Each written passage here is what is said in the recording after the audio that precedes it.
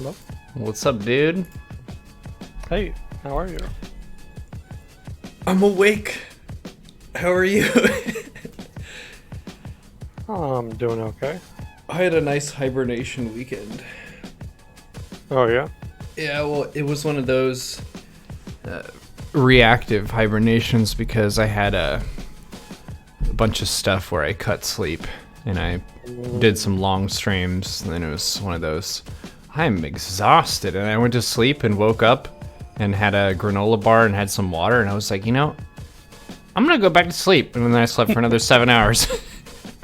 There you go. That's that good old-fashioned catch-up sleep. Yep. Feels Feel- pretty good, I bet. Yeah, I went for a run and stuff. I think I'm gonna call it a Texas shower. It's one of those where you had shampooed and conditioned fairly recently, but if you go running in Texas, it's just so sticky and hot that you're just soaked. And you want to Yeah. get that off before you're broadcasting yourself to hundreds of people, Yeah, feels a little icky. How was your week? Can't complain. Little of this, little of that. Mostly just been planning stuff.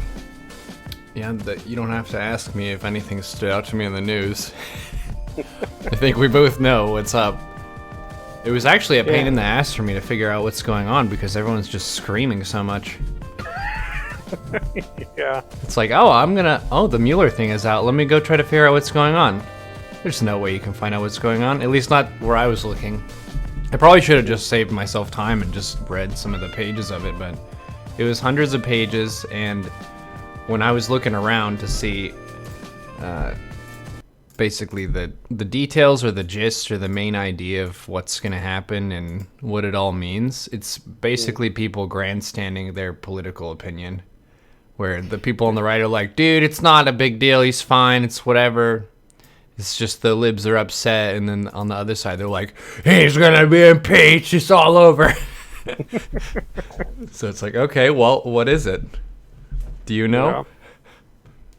Yeah.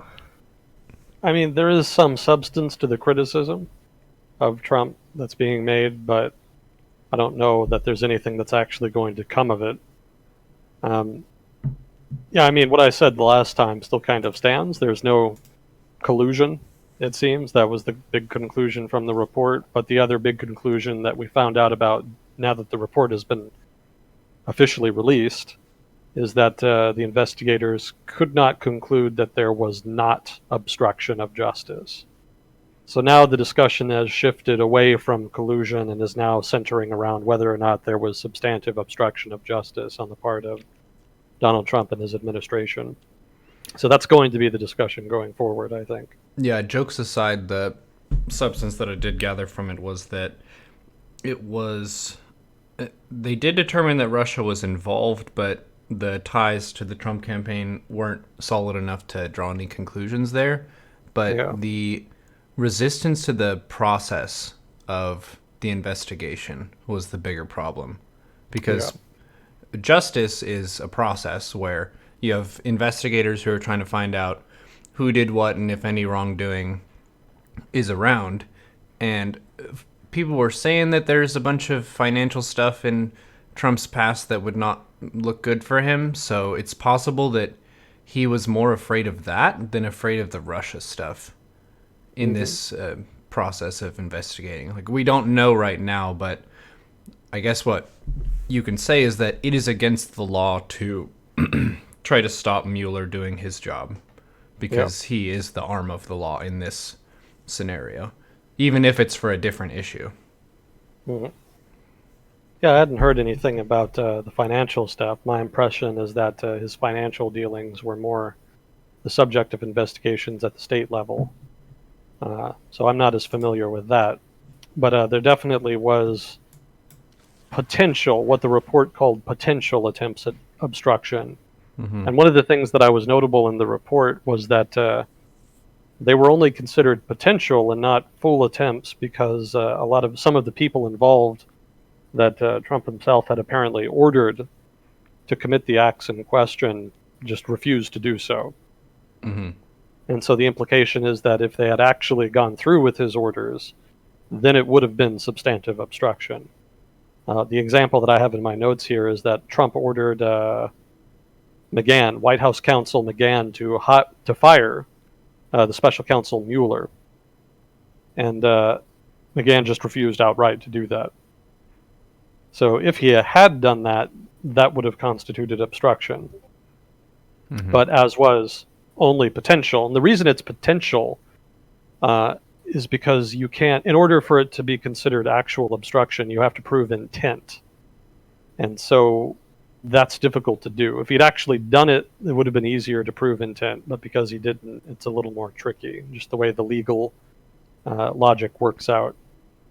Mm-hmm. So that's kind of going to be the question going forward, whether or not there's sufficient evidence of intent to obstruct to warrant some broader investigation or impeachment proceedings, or whatever. It kind of, what you want done kind of depends on your political leanings at this point.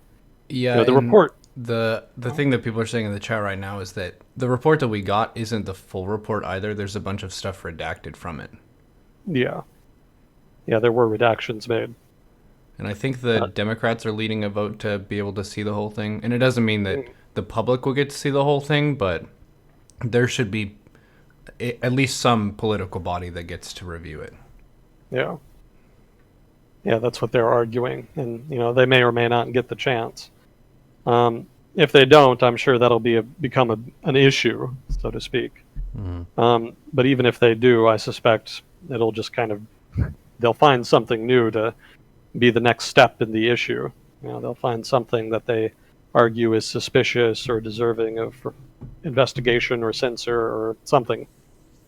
So this is just the opening chapter in the next stage of the saga here. It's definitely not going away. It's going to take on a new form. I suspect the investigation kind of had that in mind. One of the things that they did was they kind of implied that if Donald Trump had actually come to an interview as they'd asked, then maybe they could have come to a more concrete result regarding obstruction. They might have been able to say, okay, there definitely wasn't intent, and so there was no suspected obstruction. President Trump refused to sit down for an interview. And so technically they could have issued a subpoena to try to force him into an interview, but it was apparently decided by the investigators that would have been a difficult and long drawn-out battle that wasn't really worth fighting. So they just kind of implicitly stick it to President Trump by kind of suggesting that maybe if he'd been more cooperative, the report would have been a little more favorable, assuming that the result of the cooperation wasn't some dramatic new finding that maybe would have been detrimental to the president. But I did read that was kind of something hinted at in the report. And that's also one of the reasons why they concluded that they could not prove obstruction. They could not really ascertain intent, in part because they didn't have information from a one-on-one interview. So that apparently was a contributing factor there as well. I think there was also a limitation in Mueller's role where he wasn't the one to levy a guilty versus not guilty. That was for Congress to decide. So his job was to collect all the information and do the investigating, and then some other body would be the judge. Yeah, that's a really good point, because one of the things brought up, I don't know if it was in the actual report, but I remember reading about it in an article. There is a norm in place in which you don't indict a sitting president. Mm-hmm. That's not a hard rule, that's not a law, but it's a norm in the Justice Department. It's considered rude. Yeah, it's considered rude, put it like that. So it may be that the report itself was kind of structured with that in mind, such that even if there had been more dramatic findings, maybe it wouldn't have necessarily called for impeachment or further investigation. They probably would have still been relatively neutral in how they phrased their findings, and would have kind of left it to the public and to Congress to judge for themselves what to do with that information. So that also is a factor in the report. It may be that the investigators did think that maybe there was something bigger there that's worthwhile, that's worth pursuing further, but didn't want to breach that norm, and so kind of held back. They did not really put all of their personal opinions in the report. It was kind of stuck more to just exactly what they found, the facts, the specific information, and not refrained from making judgments. Let's put it like that. So basically, as you kind of said, they're kind of putting the ball in the public's court. It's kind of on the public and Congress to decide where they want to go from here. I doubt much will come of it just because of the way the votes are kind of laid out in Congress. I don't think there's going to be enough political support for an impeachment. I think hypothetically the House of Representatives could push for one, could vote for one. But even if the impeachment proceedings go through, I don't think the final vote in the Senate would result in the removal of the president from office.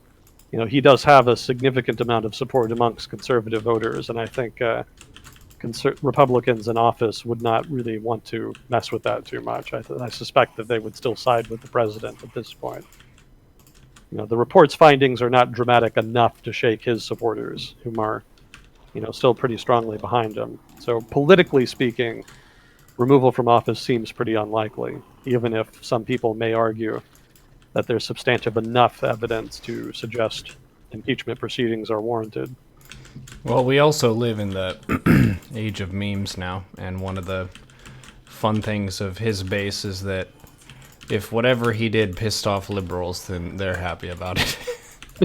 Yeah. It's kind of that who can make the other side more upset kind of a game. So I don't really care. My liberal neighbor is pissed off, so it must be good. Yeah.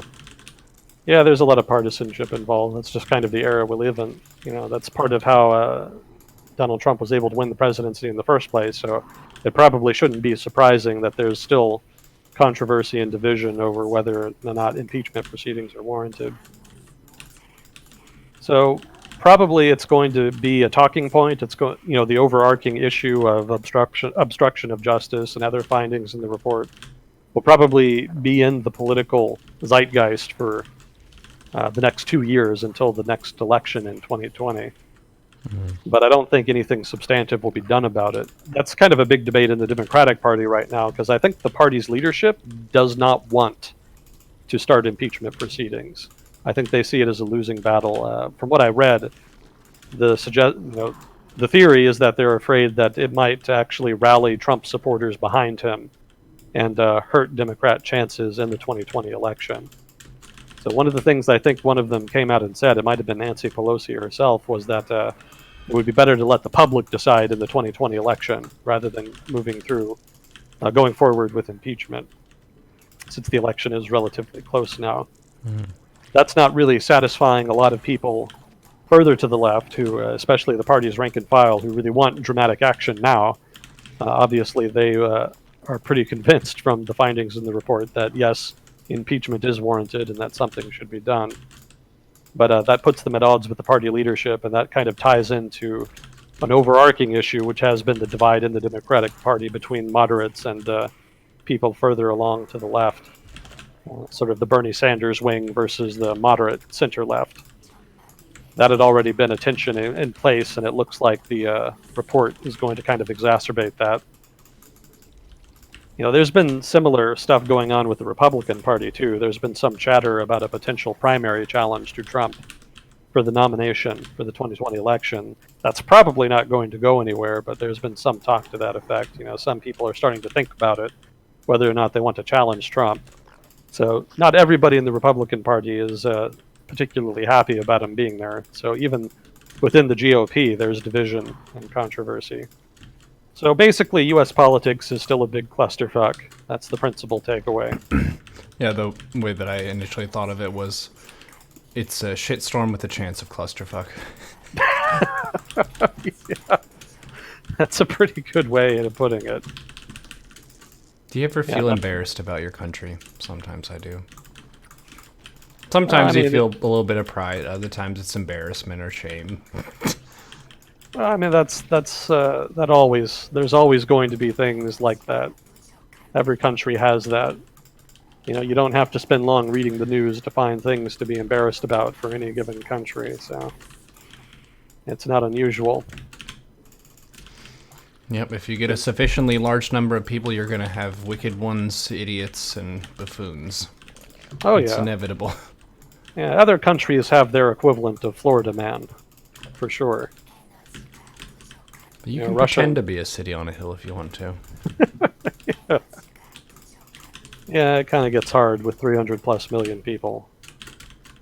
There's always going to be a vocal minority that kind of does things that are not really helpful to the country's public image. But that's just roughly what was in the Mueller. Is it Mueller or Mueller? Mueller. It is okay. It's Mueller. I was reading something about it being Mueller. So that's basically what I read that was in the Mueller report and some rough analysis on the significance and where it's likely to go. And it's probably just going to create more divisions within the two parties, basically, is what I would predict. But it's still pretty early on, so we'll see.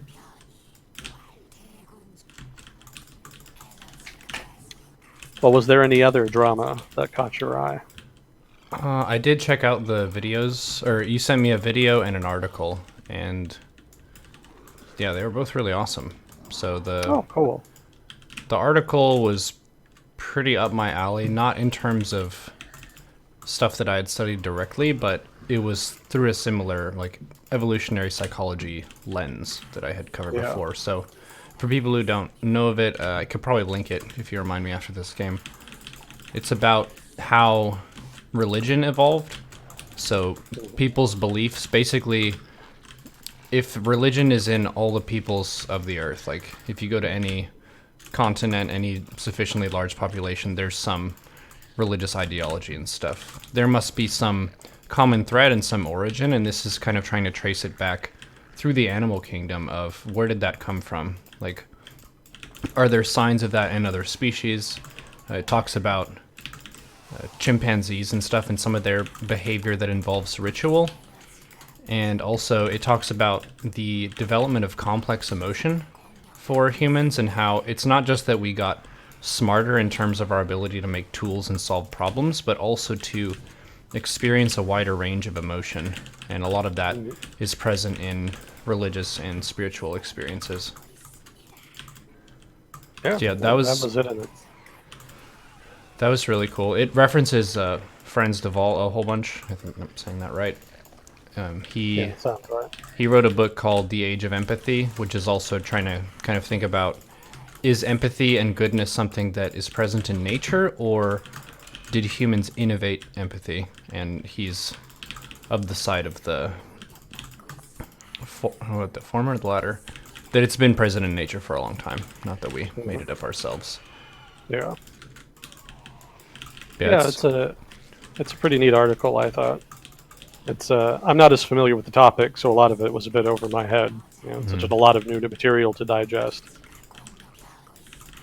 But yeah, I thought I'll try to remind you so you can post that for other people who might be interested, who might get more out of it than I did. The other one I thought was hilarious and how appropriate it was for a gamer audience. So basically, it tells the history of how Homo sapiens evolved, but using gamer lingo the entire time. He doesn't even get into the, like, you put on your biology hat and using biology terms. He's talking about the meta and the devs, like, changing stuff, but it's basically accurate. Like, he gets the big points accurate. So I think if you find a lot of biology and evolutionary stuff a little bit too dry, this would be a good, like, funny gamer intro.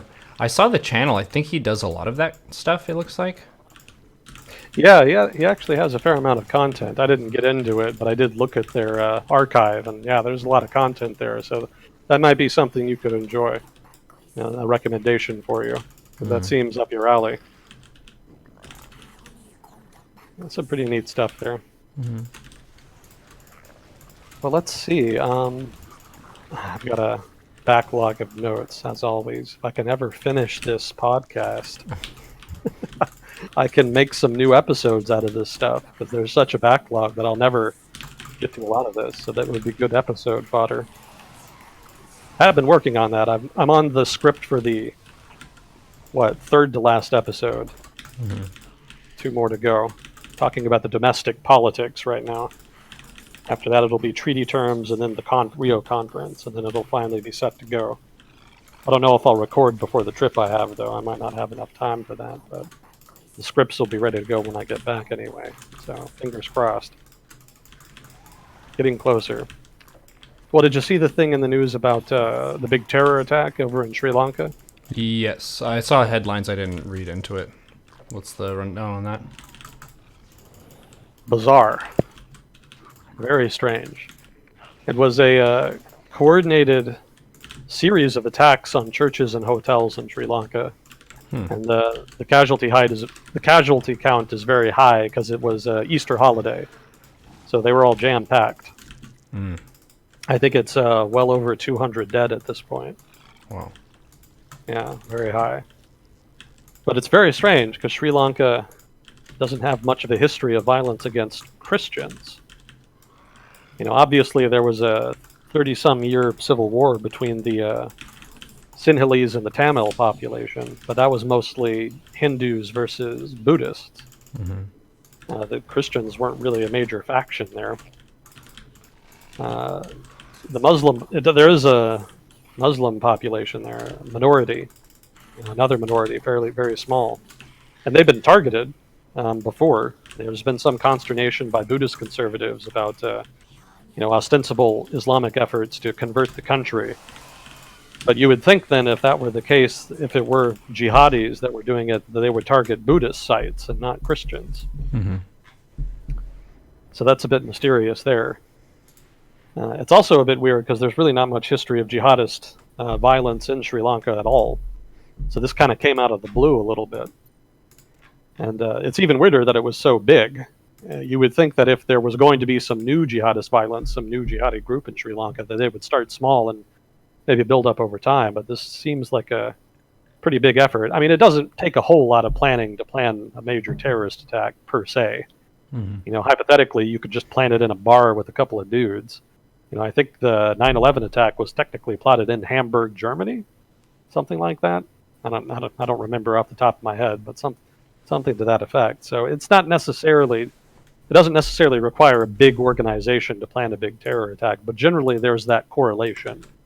Generally, bigger, more complex terror attacks are done by bigger, more complex terrorist organizations. So the suspicion is that maybe it was a bigger group behind this, but then the question is, why Sri Lanka? Nobody really knows about any big terror groups in Sri Lanka that would want to target Christians in particular. And so the thinking is it's an international group, but then why would an international group pick out Sri Lanka? There's lots of other targets. International groups generally go for maybe India, Europe, foreigners in other countries, but not Sri Lanka. This is kind of the first for them. It's just sort of odd. So they don't even really know who did it at this point. No group has been ascribed blame. No group has taken responsibility, and the government hasn't assigned blame yet. So the whole thing is very strange. Nobody really knows where it's coming from or what the significance is. And it seems like for a lot of these recent terror attacks, there's some pretty obvious prejudice involved, and they dig through the person's stuff, and there's a bunch of radical dogma and whatnot. It's like, okay, it was this, okay, it was that. So yeah, it is kind of strange that there isn't really much context, because a lot of times groups who do this will be proud of it in some way, and they'll kind of step up and say, yeah, that was us, and that oftentimes emboldens other people. So it is a bit strange that they wouldn't be doing that. It's very quiet, and the target seems random, so it's it's a tragedy. It's terrible that this happened, and it's also kind of like, why though? Why this demographic? Why this place? Who? What? Yeah, it doesn't really seem to fit a number of patterns that have kind of been established over the past few decades with regard to terrorist behavior. So it's a little bit mystifying in that sense. I'm a bit curious to see what happens going forward. You would think somebody would take responsibility just to kind of have a mission statement. Maybe that'll happen in the next few days, since it's very recent. It just happened very recently. But I don't know. Maybe it's a response to the Christchurch shooting. That could be it. Could be response to goings-on in Kashmir. I don't know. I mean, it could be anything. But it's just weird. Yeah, it's a bizarrely large attack. If it is something like that, where it's retaliation for something internationally, then it's an unusually large attack. Because generally terrorist attacks are domestic. The West, the United States and Europe tend to, fret over terrorist activity around the world, but most terrorist activity around the world, especially jihadist violence, is done domestically in the Middle East and other countries. It doesn't generally target Westerners in particular. Generally, they have rivals within their own countries that they go after. Kind of perhaps in this case being, an example, but there were definitely foreigners hit, though. There's a number, because the hotels in particular were a target, in addition to the churches. Mm-hmm. I'm curious. I guess I can't really comment too much more on it substantively, so I guess I'll leave it at that. But it's something to look at, something to watch, because this could presage some new development in the region.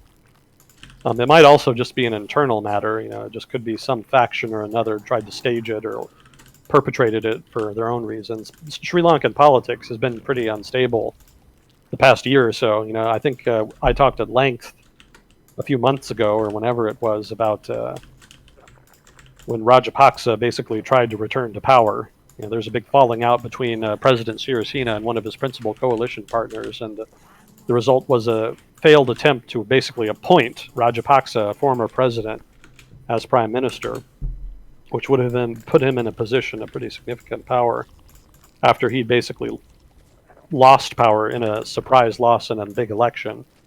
He was kind of known he had a reputation for corruption, as well as mild authoritarianism. That seemed to be the direction he was going.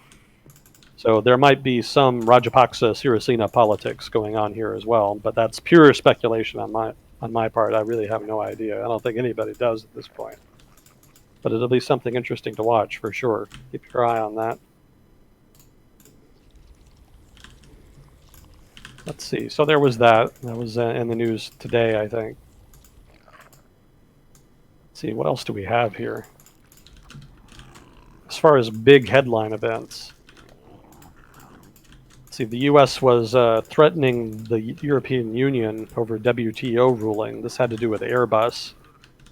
There's been a running decades-long battle between the European Union and the United States over subsidies to aeronautics companies. I think Boeing and Airbus are the principal actors involved.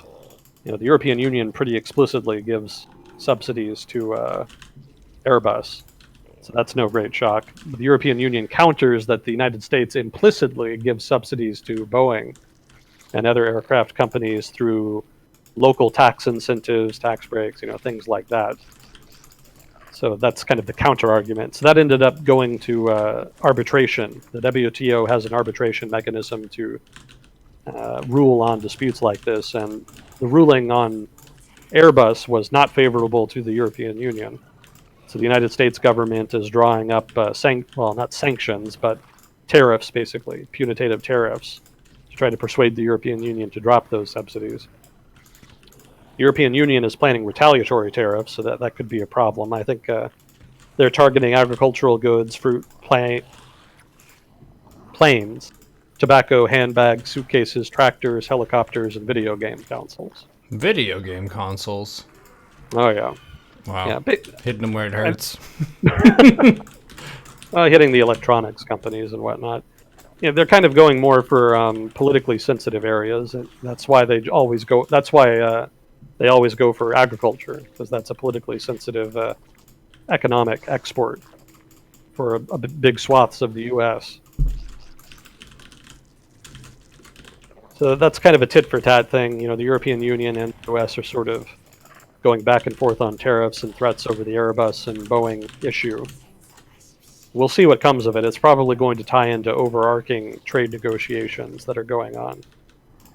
I think the European Union kind of gave the go-ahead to start free trade negotiations with the United States, so that'll probably be in the news a lot over the next couple months. So that's something you can look forward to. There could be some fireworks there, given the Trump administration's traditional negotiating style. So you may well see that in the news. Let's see. Yeah, we'll see where it goes. I think the Trump administration's big thing in the trade negotiations has been threatening tariffs on automotive imports, which in particular impacts Germany. So it could be that Germany ends up being relatively dovish and as far as trade negotiations, and as far as the Airbus issue, and by extension. I think France, though, is more hawkish. They're a little more recalcitrant, so they may be the principal source of resistance there. The UK is probably going to be busy with Brexit, so I don't know that they'll matter much.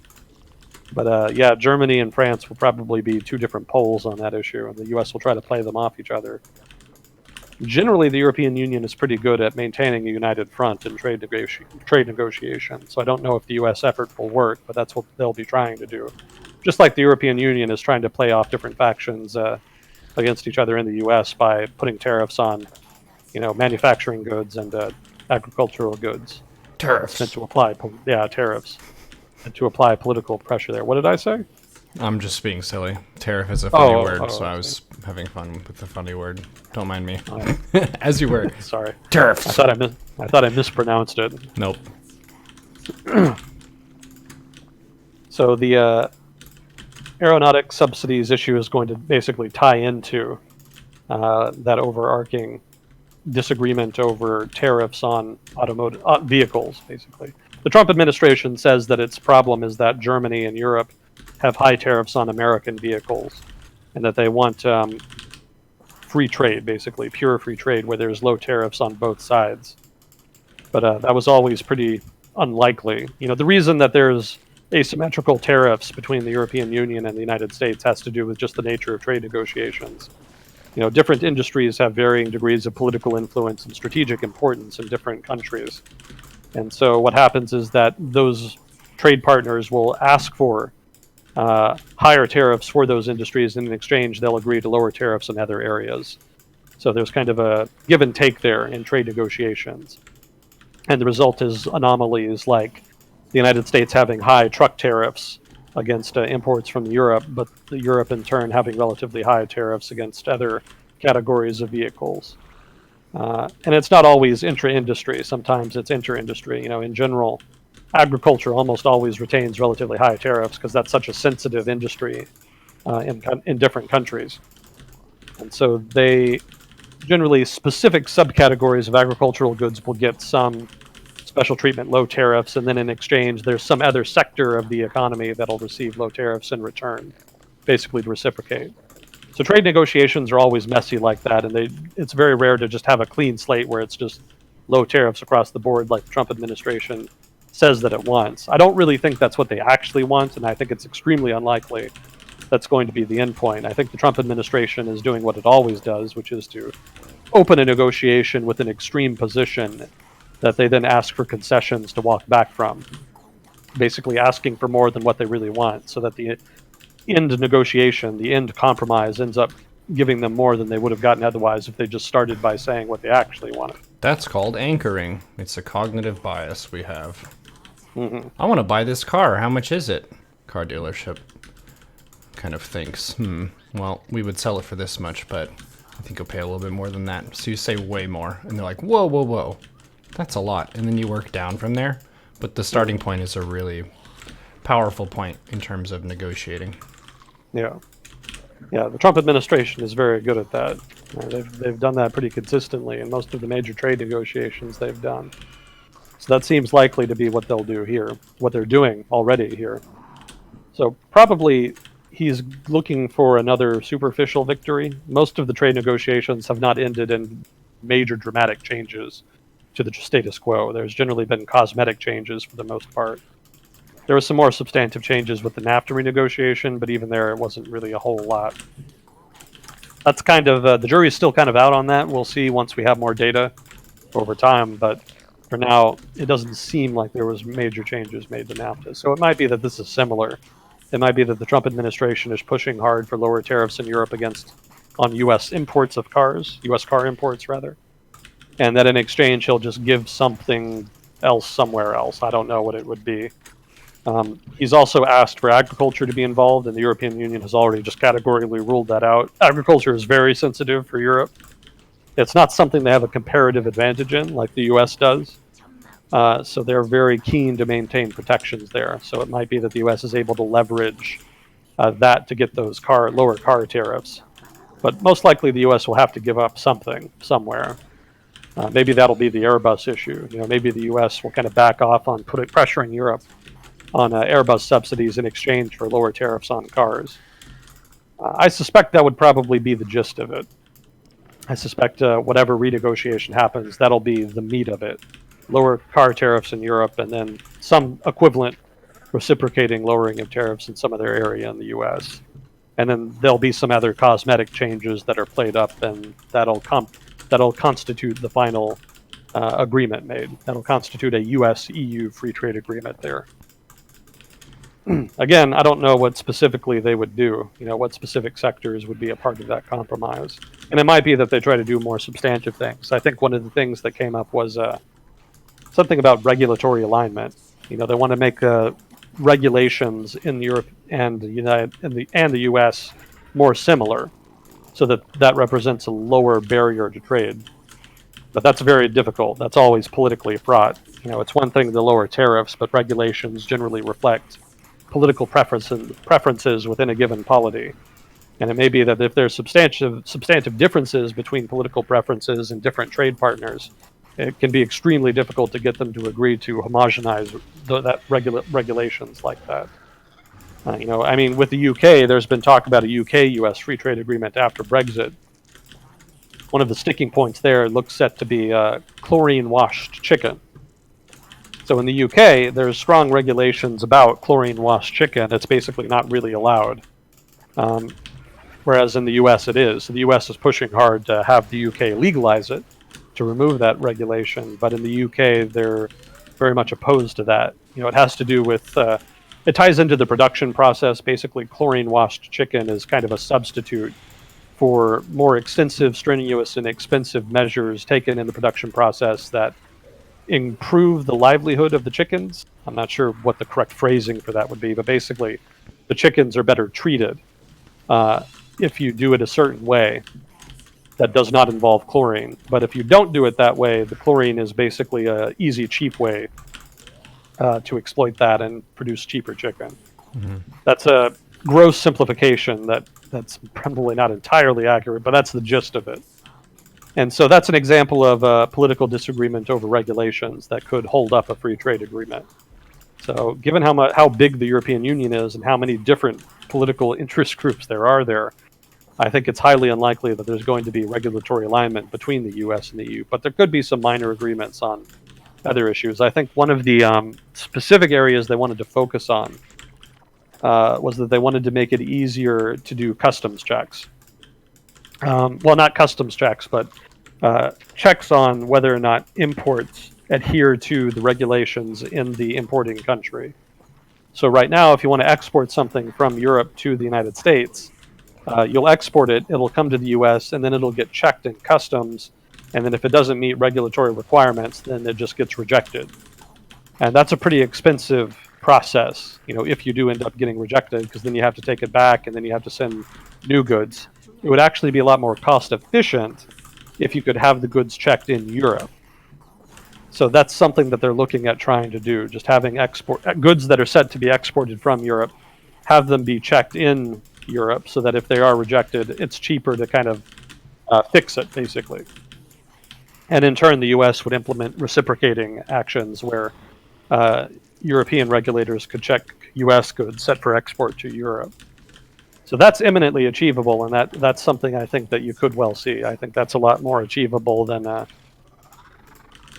low tariffs across the board, which I think is technically the objective on the part of the US. But that's something to watch. That's something to look forward to, basically. Just wanted to bring that up. North Korea has been making some noise, so they've been in the news a little bit. But it's not much. Basically, they just want attention. That really is it. The Trump administration has taken kind of a somewhat relaxed approach to the North Korea nuclear negotiation. The North Koreans are not testing missiles. They don't seem to be building further nuclear weapons, although there's some question on that. There has been some activity at the site suggesting that they're up to something, but for now, nothing dramatic. So as a result, the Trump administration is basically using economic sanctions and leaning on the North Koreans with those to try to get them to give big concessions. What they don't want to do is to have gradual relaxation of economic sanctions over time in exchange for minor concessions from North Korea. For North Korea to basically lie.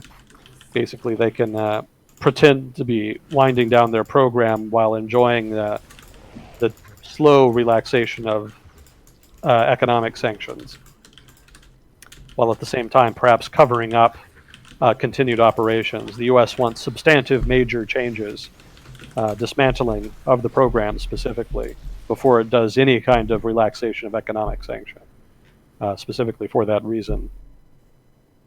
So the Trump administration isn't really engaging in particularly much with the North Korean government on the issue. And the North Koreans, for their part, really want those sanctions to be relaxed. So they've been doing little things here and there to try to sort of tease and antagonize the United States. Nothing dramatic yet. I think that kind of reveals some reluctance on the part of the North Korean government to really challenge the U.S. government too much, given how volatile it is, how volatile the U.S. government has been lately. But they are kind of picking away at U.S. issues. The U.S. doesn't want them testing weapons, and they came out today or yesterday and said that they would start testing tactical missiles. These are not the strategic missiles that supposedly they've contrived that carry nuclear weapons. So that's not necessarily an issue for the United States, but that is a snub by North Korea, given that missile technology development and research is kind of part of the overarching nuclear negotiation, or I should say denuclearization negotiation. I don't think much will come of it, but we'll see. Guys, don't make nukes. Don't make nuclear weapons. Hey, US, guess what we're doing? We're making weapons. You know what else? They're tactical weapons. Oh no! That was pretty much the tone. They are just kind of poking the U.S. at this point, trying to get the Trump administration to come back to the table and present them an offer that's a little more amenable to their interests. I don't think it's going to work, but I also don't think that they can really afford. I think they're just too scared to really do anything too dramatic, and I think they would have to do something dramatic to really return the U.S. to the table. But given how unpredictable the U.S. government is, that's kind of a risky gambit. So this is probably, I would expect this will be the status quo going forward. Probably. That's just a guess on my part, and I'm not an expert, so my guess doesn't really mean much. But if I had to guess, I would say that this is probably going to characterize the negotiation going forward. The occasional summit that doesn't really produce a lot of results, and then a lot of sort of North Korean complaining and sniping, trying to antagonize the U.S. into giving up something. I'm sure that's a status quo that suits everybody just fine. The North Korea government isn't going to worry about getting overthrown in that case, which is kind of where they were before. But the U.S. government, in turn, doesn't really have to worry too much about North Korean antagonizing international security with missile tests and flaunting their nuclear weapons and whatnot, like they were early in the Trump administration. So a lot of non-movement, basically. Everybody's sort of posturing and pretending to be accomplishing something when really it's just sort of status quo. I think the latest thing there was that the North Korean government is set to hold some talks with some Russian officials, so that could augur some Russian involvement in the denuclearization negotiations. We'll see what happens with that. It might be that the Russians want to play spoiler and try to push the North Koreans to become more antagonistic again, with the expectations that they would have more Russian support. But I don't think the Russians would really want to get involved with further confrontational activity with the United States. And really, the Russian government doesn't want North Korea to have nuclear weapons any more than anybody else does. It's just a small, unstable country on their border, and nobody wants a small, unstable country on their border to have nuclear weapons. So probably they're just looking for an opportunity. The Russian government has been very opportunistic in their international relations over the past 10 years, so they're probably looking to see if they can cut a deal, maybe to help them with their economy or something. But I don't know that they're really going to be an adjutant in the denuclearization negotiations. I could be wrong, we'll see, but that's another thing to watch, basically. Yeah, context-wise, North Korea is basically in Russia's backyard, so yeah, it behooves them more just from a physical standpoint to keep tabs on that situation. We're kind of a street down, so yeah, they're in the neighborhood, but a bit further away. Yeah, it's pretty close to Vladivostok, actually. And they actually share, they are actually right on the border. The Russian border with North Korea is very small. It's like really tiny and narrow, but it is there. So they definitely have that incentive. I don't remember if we discussed it or if I just saw it on my own, but there was a documentary on North Korean labor in Russia. Yeah, that's a thing. Yeah, it's a very Russian... in the North Korean style. It's a very like heavy escorted sort of process where you pull workers out, they do work, and they get paid for the country or whatever, and then you ship them back and stuff. It's not like if you want to go to Russia and find jobs, you can. No, you're a contracted worker who happens to cross the border to do the tasks. Yeah, basically it's the North Korean equivalent of a temp agency. You work for the government, and then the government contracts you out as labor in other countries. Basically the way it works. And then I think in Russia, it's mostly Siberia that they work, and it's mostly natural resource extraction. Yeah. You know, Russian intermediaries basically get a cut of that. I think they own the land or something. And then the North Korean government gets the profits for the most part. I mean, they get paid to do it, so they get profits from that. They also actually have a number of other operations around the world. Apparently they have like restaurants and cafes that are actually government owned in different countries, and the people who work in them are actually North Koreans who are sent out explicitly by the government to work there. So they do that a fair amount. It's one of their sources of hard currency, which they don't get much of because of all the sanctions and whatnot. Mm-hmm.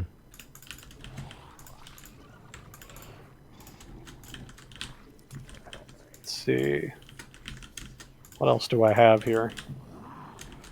Argentina was in the news. That was interesting. President Macri is getting desperate.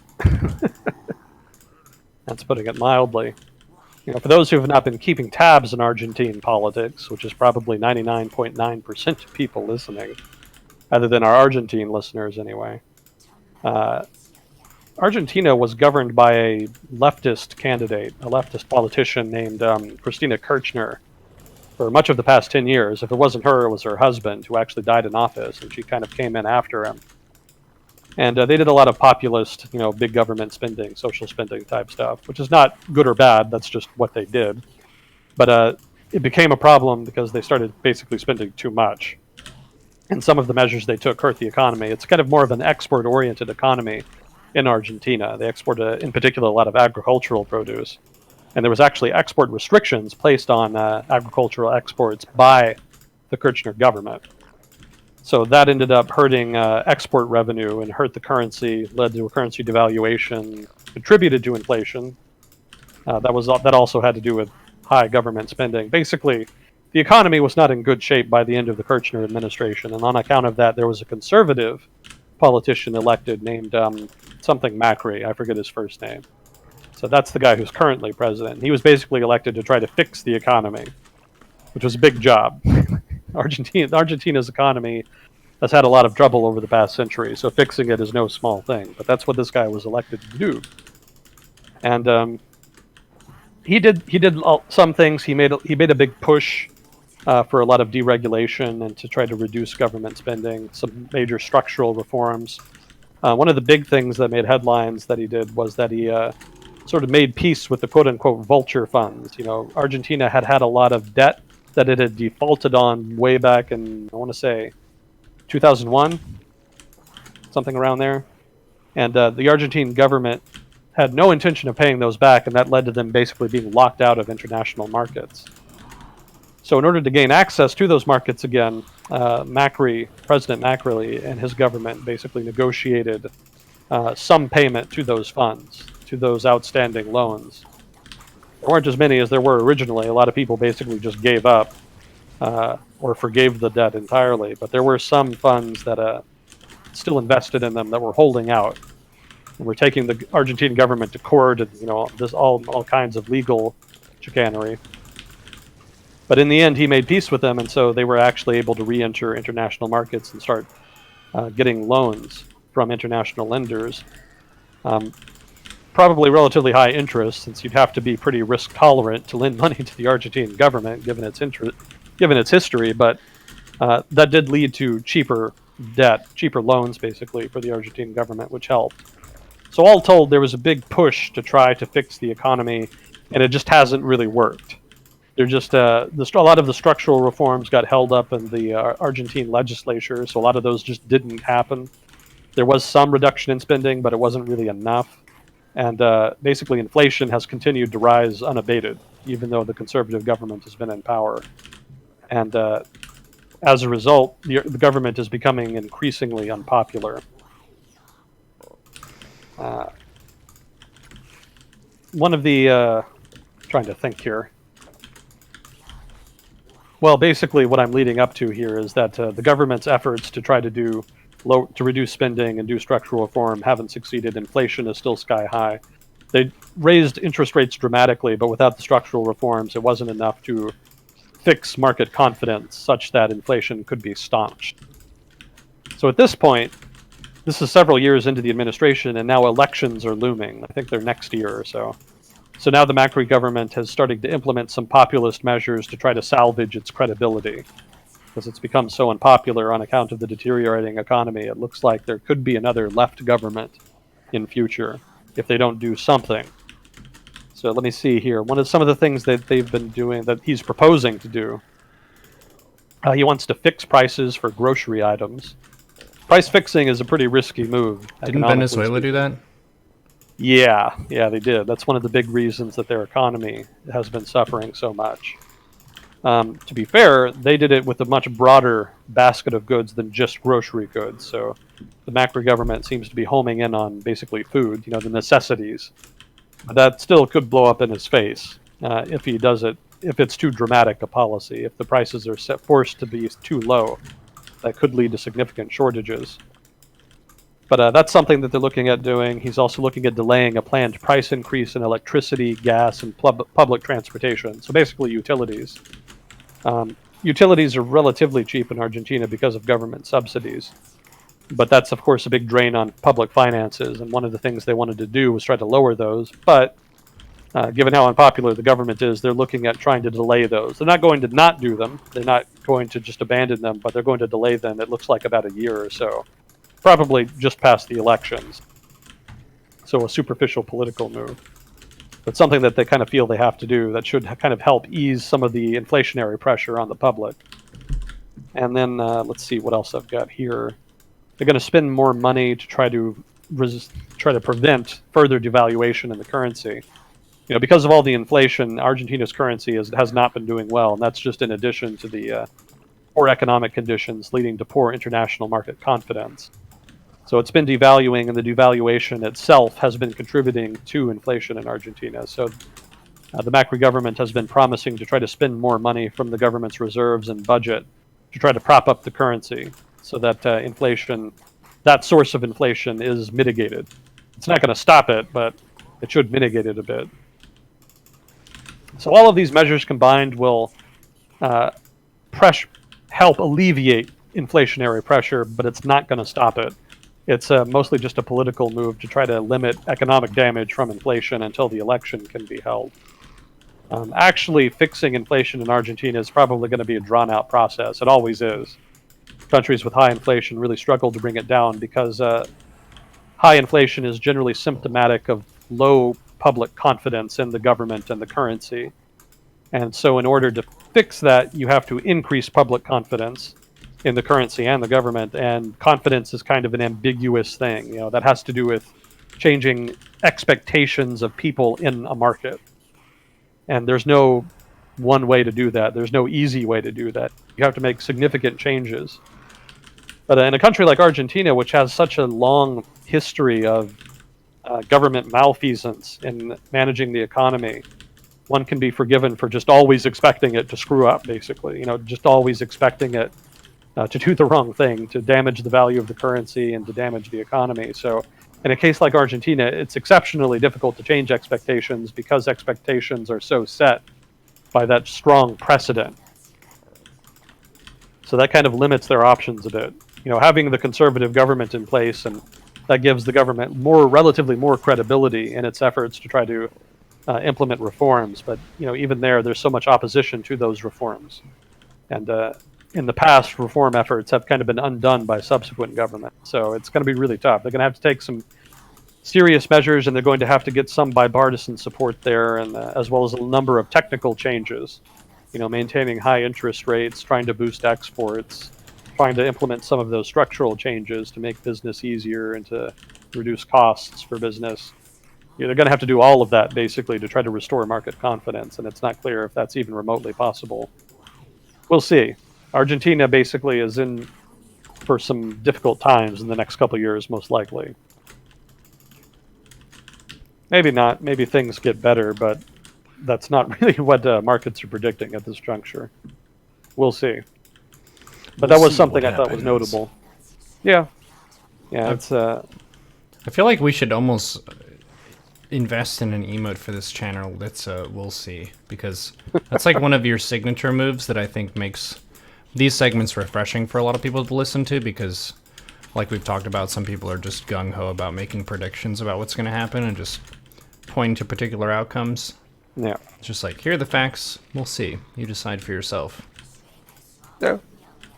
Yeah, I try to, maybe I lean on it too much, but yeah, that's definitely what I generally fall back on, because sometimes, like today, I'm just talking about some of the trends and some events that have happened, but a lot of them are kind of ambiguous. They're still playing out. So the implications and conclusions and interpretations, all of that is still uncertain. So I'm kind of just giving people information to give some context for stuff that they're going to read about later. All of this stuff that I'm talking about today is stuff that's going to pop up again in the news later on in the form of other stories. I can almost guarantee that.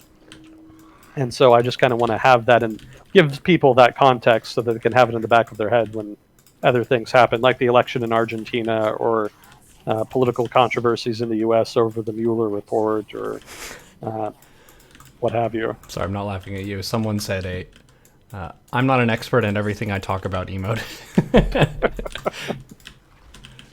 Yeah, and on that note, maybe that's a good cue for the usual disclaimer. I'm not an expert in everything I talk about. I have a stronger background in some areas than others, economics and political economy specifically. Those were my degrees in grad school. So, if I ever say anything biased, dumb, or wrong, please do contribute in chat. That is encouraged. I learn from chat too. I don't read chat while we do this, but I will read it after. So, your chat's contributions and corrections and whatnot are appreciated. Feedback is definitely requested. Let's see what else I got. This is kind of interesting. We don't normally get to go through my notes that much because we generally have lots of questions and stuff like that. So it's kind of interesting to be able to dig into some of this stuff I've got in the backlog here. Yeah, well, it's also convenient because I went live with you, 4 seconds after I went live. Yeah. Yeah, I was actually a little confused when you first started talking because I hadn't muted your stream yet. So I wasn't sure if I was hearing your stream or if it was you on Discord. Hello? Hello? Is this present Neuro or past Neuro? Let's see. And you didn't have anything else you wanted to hit on? I think those are the main big ones. I mean, we have the wrap up of Pacific Theater. Oh yeah. But aside from that, not really. I mean, Mueller was the big one, and then you already hit Sri Lanka, which was the other big news item that I had seen. Yeah, that was the big headline. Oh, that guy won in Ukraine. That actor who was running for president. Mm-hmm. Yeah, he won. They had the runoff election this past weekend, and he's in. That's a little embarrassing for Poroshenko. He was the oligarch who had been president. But that just kind of speaks to the degree to which he'd lost the public's confidence over there. So that's another thing to keep an eye on, because a lot of people really don't know what... I think his name is Zelensky. Please correct me if I'm wrong, Ukrainians, but President-elect Zelensky is kind of an unknown quantity. Nobody's really sure exactly what he's going to do or wants to do, because he kind of campaigned in a weird way. He didn't do the usual sort of run around, have rallies, and whatnot. He actually kind of stuck to mostly an online presence and did lots of skits and things, kind of poking fun at the election. So it was not a policy-heavy campaign on his part. So the fact that he won just kind of really just illustrates that exasperation with establishment politicos like Poroshenko. It was a meme campaign. Yeah, exactly. So there's some concern now that maybe Ukrainians don't know what they're getting, that they could be in for a bumpy ride depending on how eccentric Zelensky turns out to be. He could also be an insider. There's some speculation he may just sort of be a stand-in for another oligarch, basically the oligarch that owns the TV station that runs the TV show that Zelensky was famous for leading in. He played a president in the TV show. That's how he got to be known. So the public has already developed that association. This person seems presidential. I could see him giving a speech. I don't know if they consider him presidential, because the whole shtick in the show that he was in was that he was an everyman. He was like a regular guy who just happened to become president. So he wasn't particularly presidential, I think, in the show. I haven't seen it, so I can't really say for sure. Maybe some Ukrainians listening can, but it was a comedy show. You know, it was making fun of corruption and Ukraine's politics and that kind of thing. So I don't know that it was like the Ukrainian equivalent of West Wing, for example. So, yeah, it just speaks to the degree of corruption and the public exasperation that they were willing to kind of gamble on a guy like Zelensky. But that's definitely something to keep your eye on. There could be some fireworks depending on how dramatic a reformist he is.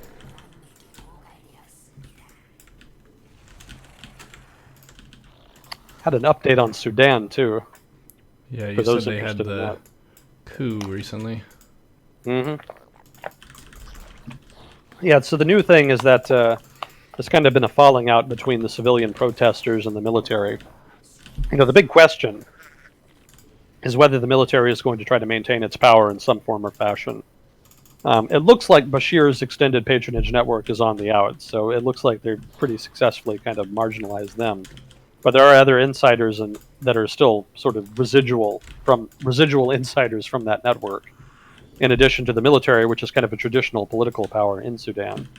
And those insiders are still trying, it seems, to maneuver to maintain some degree of power. So it's not clear the degree to which there will be substantive democratization. So the recent thing is that the military said that it will not appoint a prime minister. Rather, it's going to accept a candidate chosen by the opposition.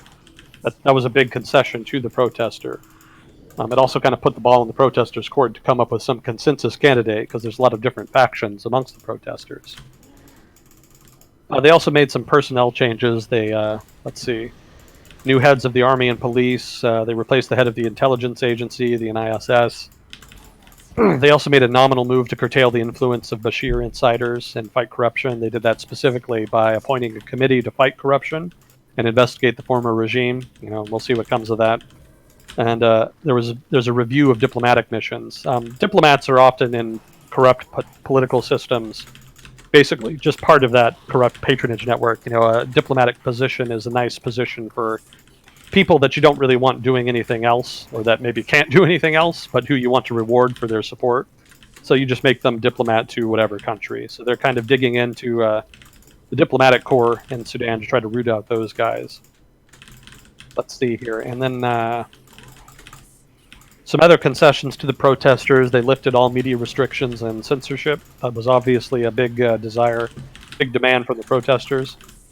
And they've also released police and security officials who had been detained for supporting the protesters before the coup. So some little things here and there, basically. I think more recently, I don't really see it in my notes, but I remember it, the protesters have basically broken off contact with the military. They're frustrated with the pace of change, and they don't trust the military. They basically stopped negotiating. The military has not specifically asked for an end to the protests, but they have asked the protesters to allow a return to quote-unquote normal life.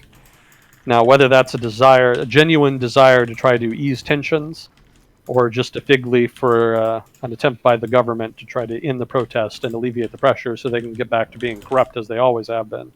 That's kind of down to the eye of the beholder, and it's subjective. And it's not immediately clear. The protesters, for their part, don't trust them for shit, so they've continued the protesting. and they seem set to continue that. It's still always possible there could be a violent crackdown. That's still kind of what I've been waiting for. I half expect it, but maybe but like we discussed last time, that would lead to probably severe sanctions on Sudan, and the economy is already pretty garbage at this point.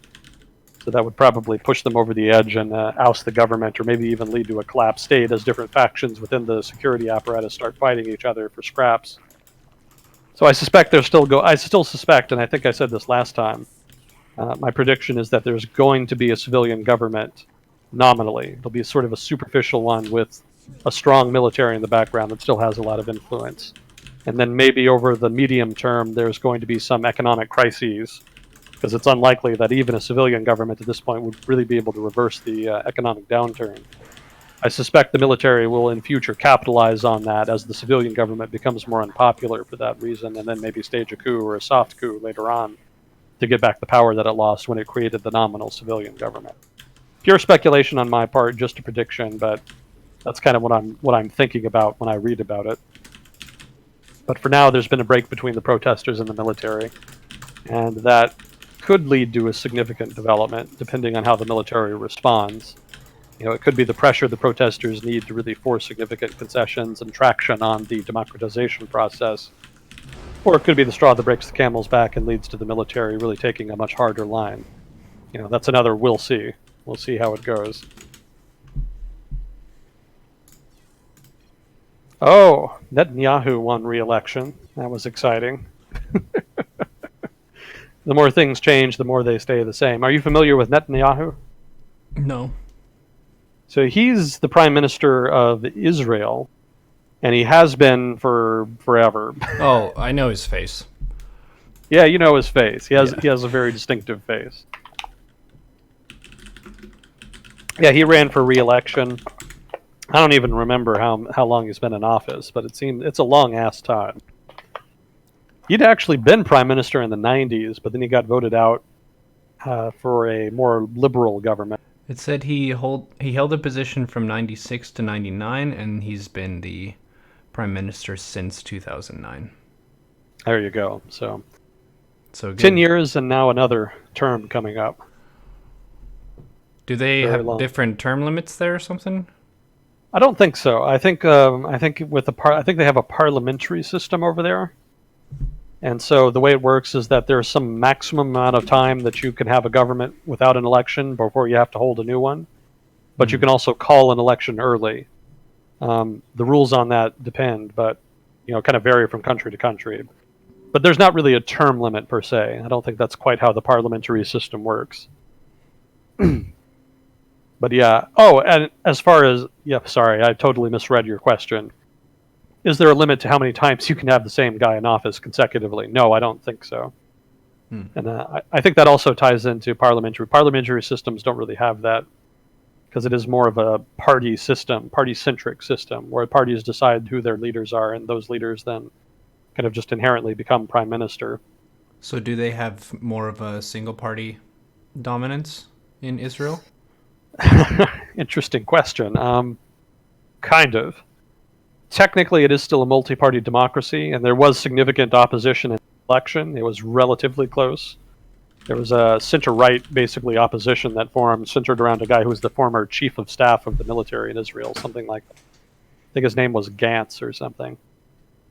But the trend in Israeli politics over the past 10, 20 years has been one towards a stronger right wing. It's been a trend towards the right. And so right-wing parties have been ascendant for that reason. And the result is that there's been a pretty consistent track record of right-wing political coalitions winning and maintaining power, specifically under Netanyahu. Over the past 10 years, and actually even before that, because before Netanyahu, there was the Ariel Sharon government. And then after he was struck down by a coma, I can't remember the guy after that, but I think he was also relatively conservative. It was all the Likud government. It's all the Likud party, basically, which had been a center-right party, but has been leaning to the right since, and generally allies with more conservative parties. In fact, in this recent election, one of the things the Likud party had to do was ally with far-right parties, settler parties, basically, parties of the Jewish settlers in the occupied territories. In fact, they came out and had a big election promise, big dramatic election promise, where they promised to annex the West Bank. Is that what it was? It was pretty wild hearing it, because the Israeli government has generally historically been very cagey about what it wants to do with occupied territories. So then to hear the Likud party just come out and say explicitly, "Oh yeah, we're just going to annex all that shit," was pretty jarring. Mm-hmm. I don't know if that's a substantive election promise or if that's just a little posturing that isn't going to amount to anything over the long term. I'm inclined to guess the latter. I doubt anything substantive would come of it, but it could be. There's going to be consequences later on if they don't deliver on that promise, because then a lot of their far-right supporters will be disappointed. But that's far in the future. We'll see what happens with that. But for now, Netanyahu and his conservative party have leaned further to the right and have maintained power. So we're set for more conservative governance in Israel going forward.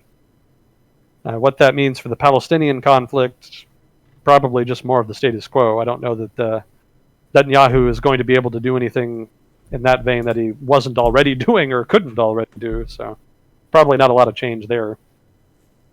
Yeah, just status quo basically as far as Israeli international relations and domestic politics. That's my expectation anyway. But I just thought it was interesting because he's been in power so long and managed to kind of deflect this latest threat.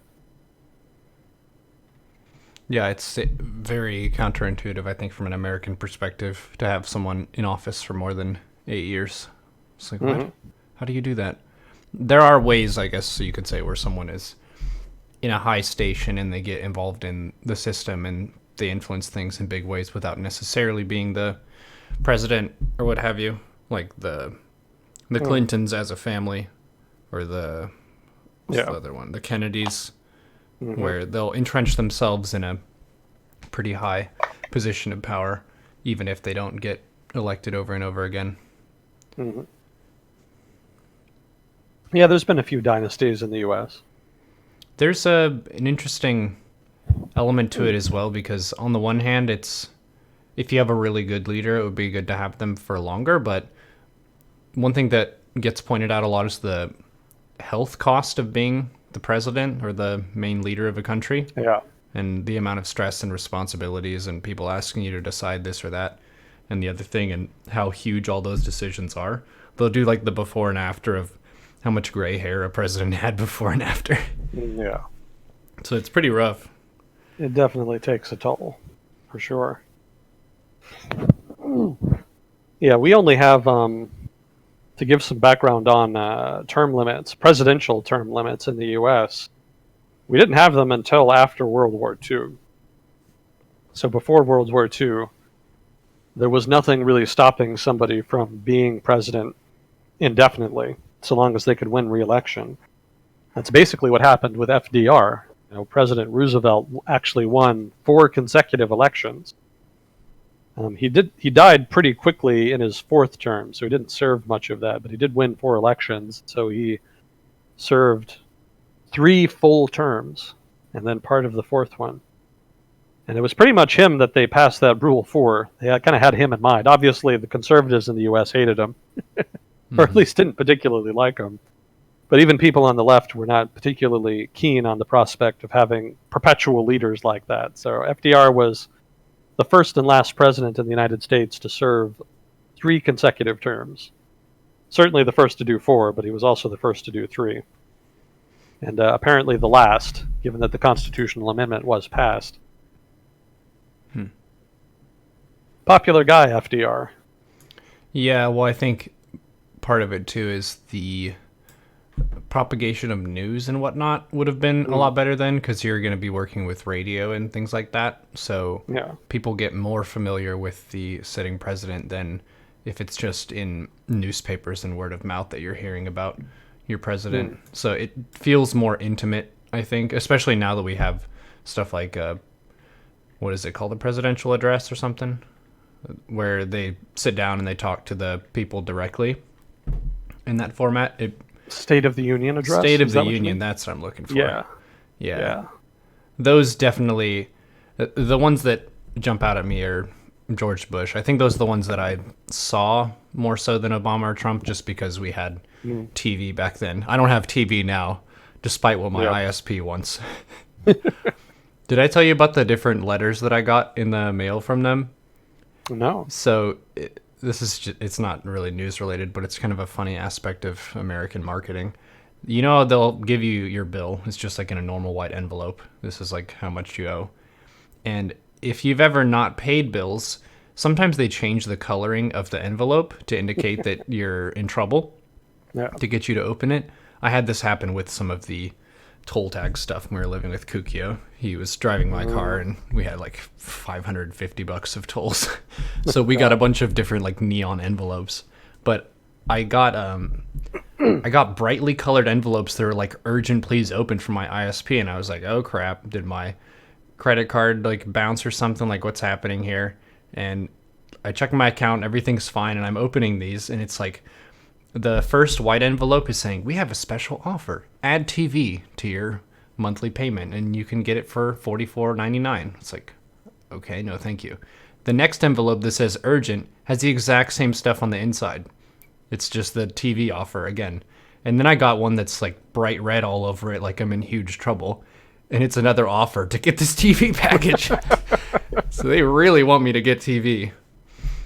But apparently they don't know that you can watch TV on the internet. Well, they know. They just think it's very urgent that you watch it on cable instead. Mm-hmm. Got to get those profits going in that traditional media. Yeah, we have a different problem now with different streaming services and how you have exclusives on certain platforms. So I've seen a lot of people complaining that I just want to watch this one show, but it's only on Hulu, and I don't watch Hulu for anything else. But if I want to watch this show, I need to get Hulu or wait until it comes out. Yeah. It's like, Yeah, that's unfortunate, but that's just kind of the way the media landscape has been shifting in response to the slow death of cable and television. I kind of miss TV, actually. Find myself a little nostalgic, not just for the programs that I watch, but just kind of the experience of watching TV, watching cable, and having it on in the background and that kind of thing. Just sort of the casual viewing of content rather than the more purposeful viewing of content that you have with the internet. yeah, it was more passive, but at the same time, it was also more shared because now there's so many different places you can get content that if you meet a random person on the street, the chances that they've seen all the same stuff as you are a lot lower than it used to be because we have a lot more options than we did in the past. Oh, yeah.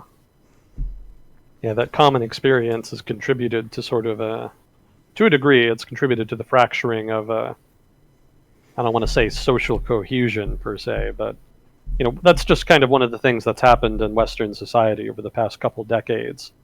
There's been a diffusion of different groups.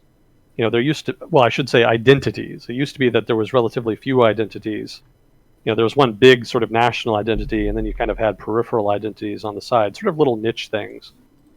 But with the rise of the internet, everybody has been able to kind of find their group, find something that's customized to their own preferences. And the result, combined with the sort of death of television, so to speak, is that you have a lot more, but smaller, customized, niche cultural identities in society. I don't know if that makes any sense. See this Twitch stream. No, it makes complete sense. Because people can watch a Twitch stream, and it's not like states and countries that are all watching this one channel, but it's a few people who have like mind and similar interests to the point that they hang out together. And I think it feeds into a lot of the social fun of having your own inside jokes, your own internal humor and stuff. It feels more like you're in a smaller community. I think it was in one of the articles that you sent. I forget the name of the scientist who came up with this, but there's a number. It's around 150. And most human communities tend to gravitate toward that number of people who you're friends with or acquaintances with and you interact with on a regular basis. And how a Twitch stream, as an example, or say some different forum groups you could be in, oftentimes move in that direction. And it makes it feel more intimate and closer to the older style of having your clique at school or something. I forgot to remind you to post that article. I already did. I remembered. Oh, you got it. Okay. Yeah. Sometimes I remember things. I don't, unfortunately. Yeah, I just, when I was younger, sound like an old man when I was younger. Back But in when I was my watching day. back in my day, it was just kind of fun to have it on in the background and to just discover something unexpectedly. And I know you can do that with the internet too, but it was more engaging, I guess, in a way. Because with the internet, you're just sort of browsing along, and you'll see a picture with a caption, or maybe a short little video, or what have you. But with cable, you could watch a new show, a documentary. It was just there was more meat to it. I have fond memories of watching Turner Classic Movie Channel back in the day. They just show old movies from the 50s, 30s, whatnot. And most of them I'd never heard of and would have never watched on my own, but just kind of having them on the background exposed me to them and kind of gave me something new to like, basically. I just kind of discovered new movies that way, new genres, new actors, whatnot. So that's harder, I think. I guess the analogy there is the Blockbuster browsing thing. When you used to go to Blockbuster Video back in the day, a lot of the time you would just kind of wander through the aisles and just look at stuff, Yeah. just see what's there. And that's not as much a part of modern browsing, on the internet. That's not quite the same experience. Yeah, I guess that is part of the downside of having specialized like recommendations for different websites. So it'll say, Yeah. based on what you've seen, we recommend these things, which I think in a way just drives people into a corner rather than lets them just loaf around and say, what on earth is this thing? Well, let's watch it. And then maybe you discover something that you didn't know that you would like. I know this happens a lot with the music that I play on stream, because I've kind of gone in some directions far away from the top 40 of the radio, and some people haven't even been exposed to those, but they're like, wow, this is pretty cool, and they discover something new that they wouldn't have if it wasn't kind of just thrown in front of them. Mm-hmm. Yeah, it's changed a lot in that regard. Yeah, we're about 1 hour 20 in, so I don't know if we want to do the Pacific Theater transition here. That's fine. We're doing this Agent Smith at the first half of my stream this time, as opposed to the second half, because my sleep schedule is a silly thing. What time is it? 10:30 p.m. Guess I'll wake up. Well, that's the beauty of being a streamer. You can set your own schedule. Yep. Be my own boss. But still get lectured by people telling me that I should sleep when it's dark out. Backseat gaming, backseat sandwich eating, backseat sleep schedule. Well, there's always trade-offs. Yeah. Self-employment is not always all it's cracked up to be. Comes with its own set of challenges. I was reading some people complaining about that the other day. They say that when you start out self-employed, you think it's going to be all setting your own schedule and flex time and doing your own thing and getting value out of your work, but generally the experience is more ridden with anxiety, because you don't really feel like you can ever turn down a job since you don't know when you're going to get the next one. There's that, and there's also the structure that you get if you have a boss. It's like an accountability partner sort of thing. Yeah. Whereas with self-employment, oftentimes you improve as fast as you physically drive yourself, which can be pretty tough to do. Yeah. You're fighting against your sloth nature.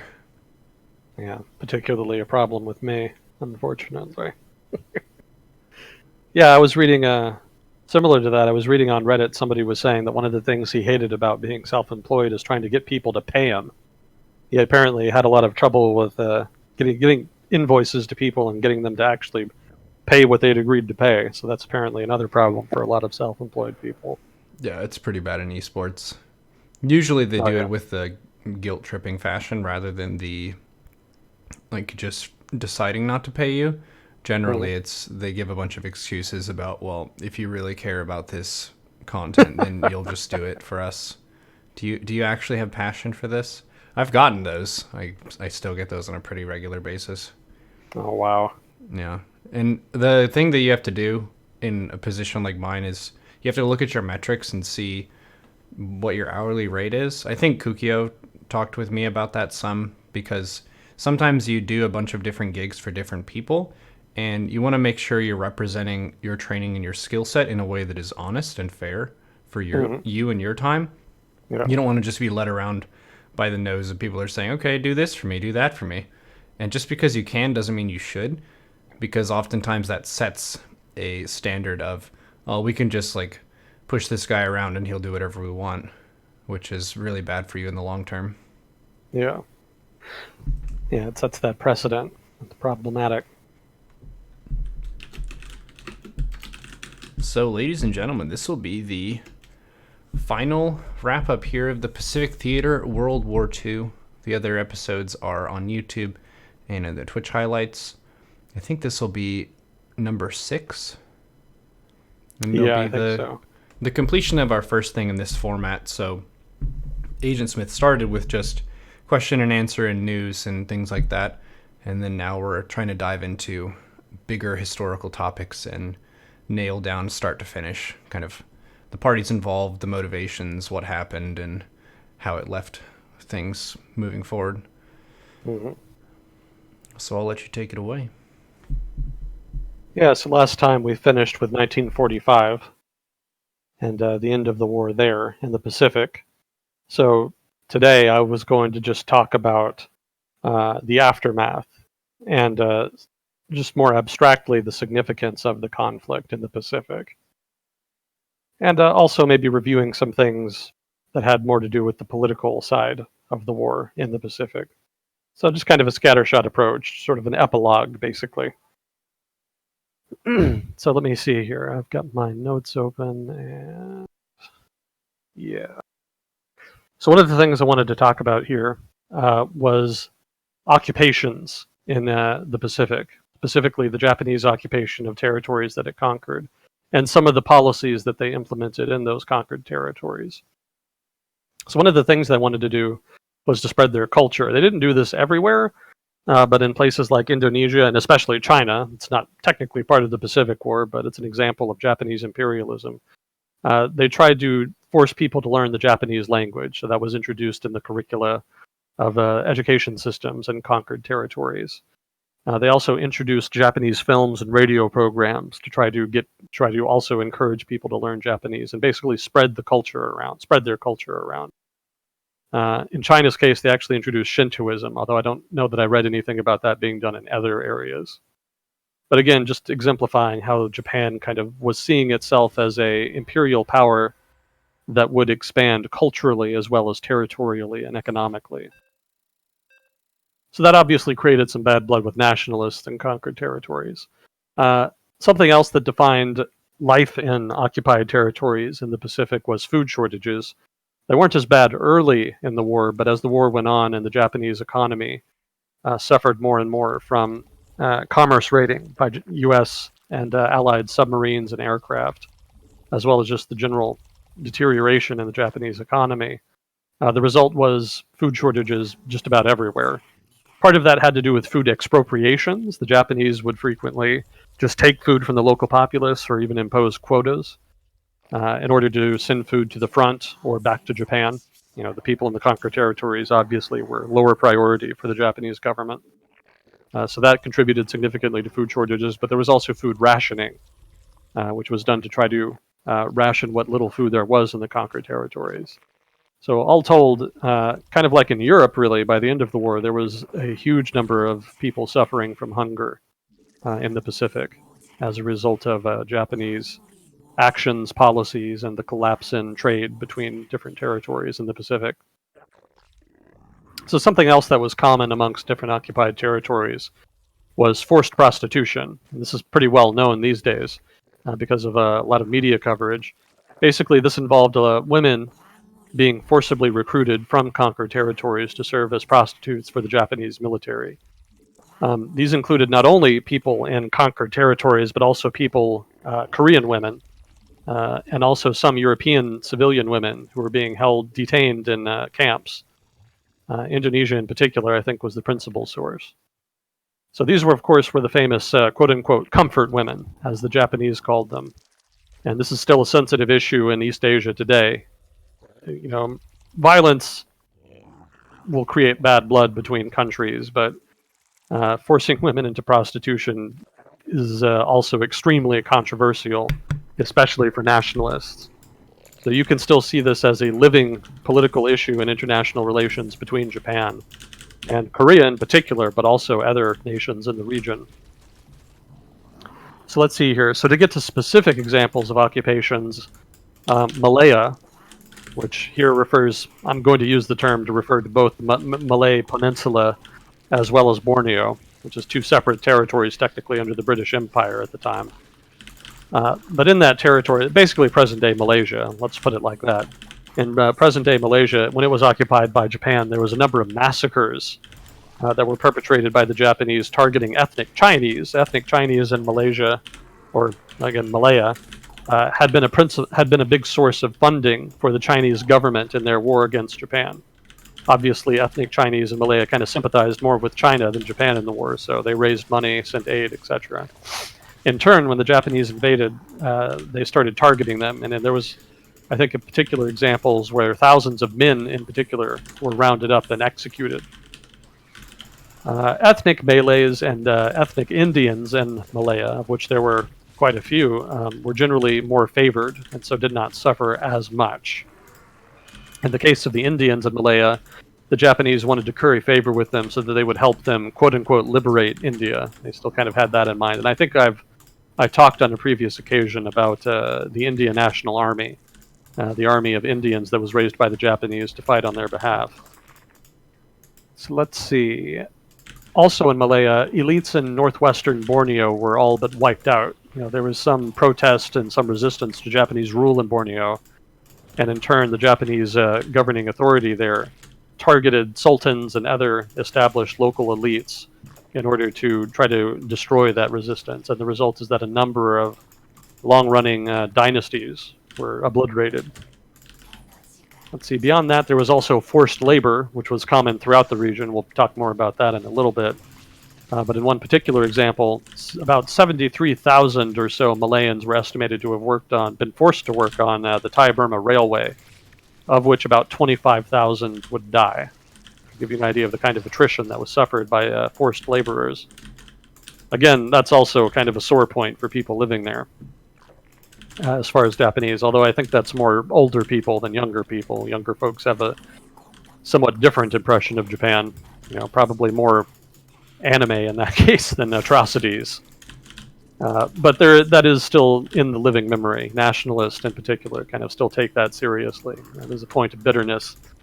So let's see. Also, and I thought this was some interesting trivia, the British, before the Japanese conquered the territory, but when the war was still going on, actually accepted a deal from communists in Malaya to fight with them against the Japanese. And so the British actually released communists from prisons in order to allow them to go out into the front and fight as guerrillas against the Japanese. And they actually constituted a significant guerrilla force in Malaya after the fall of Malaya to the Japanese. There was also non-communist guerrillas fighting against the Japanese, but the communists in particular kind of signed a deal, basically, with the British that saw them released en masse to kind of play that role. So some interesting trivia there. Kind of makes me wonder if that didn't play a role in the later Malay emergency in the 1950s, in which communists basically revolted against the government, and that required the British to kind of intervene on their behalf, leading to a significant counterinsurgency effort. So I would be curious if anyone with more background knowledge on that might be able to make the link there, if it is substantive. I wasn't able to read into it, so I don't know myself. I'd be a bit curious. But some interesting anyway. So that's Malaya. Indonesia in particular suffered.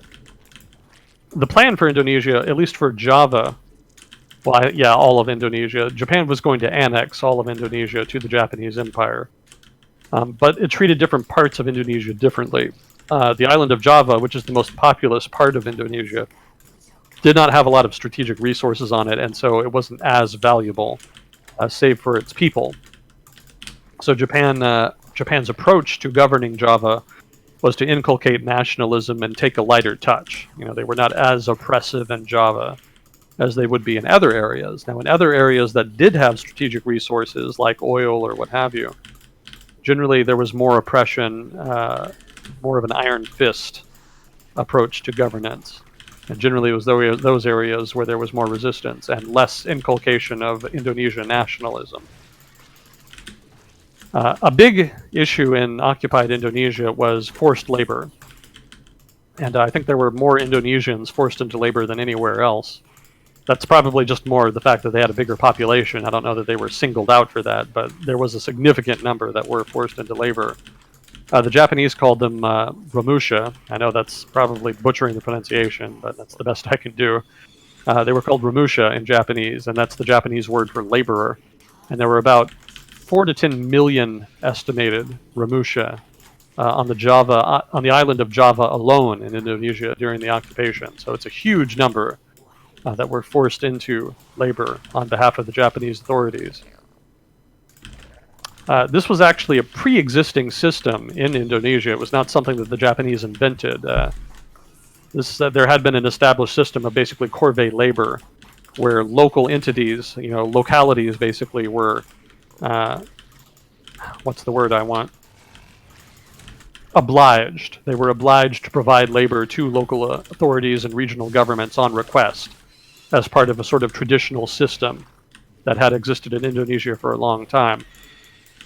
The Dutch actually had not traditionally paid those workers when they used the system, whereas the Japanese did. So that was actually a source of minor improvement. But the Japanese did not pay very much, and it actually didn't keep pace with inflation, so kind of a lateral move there. Also, conditions were much more hazardous. Generally, the Japanese put them on pretty dangerous projects and treated them very poorly. So there was a pretty high attrition there as a result. The way the system traditionally worked is that workers would work on a project that was relatively close to where they lived, so you could just kind of walk to the project and then go home. That's pretty much what the Japanese did, but they also had a number of Javanese, probably among others, who were sent overseas outside of Indonesia to perform that required labor.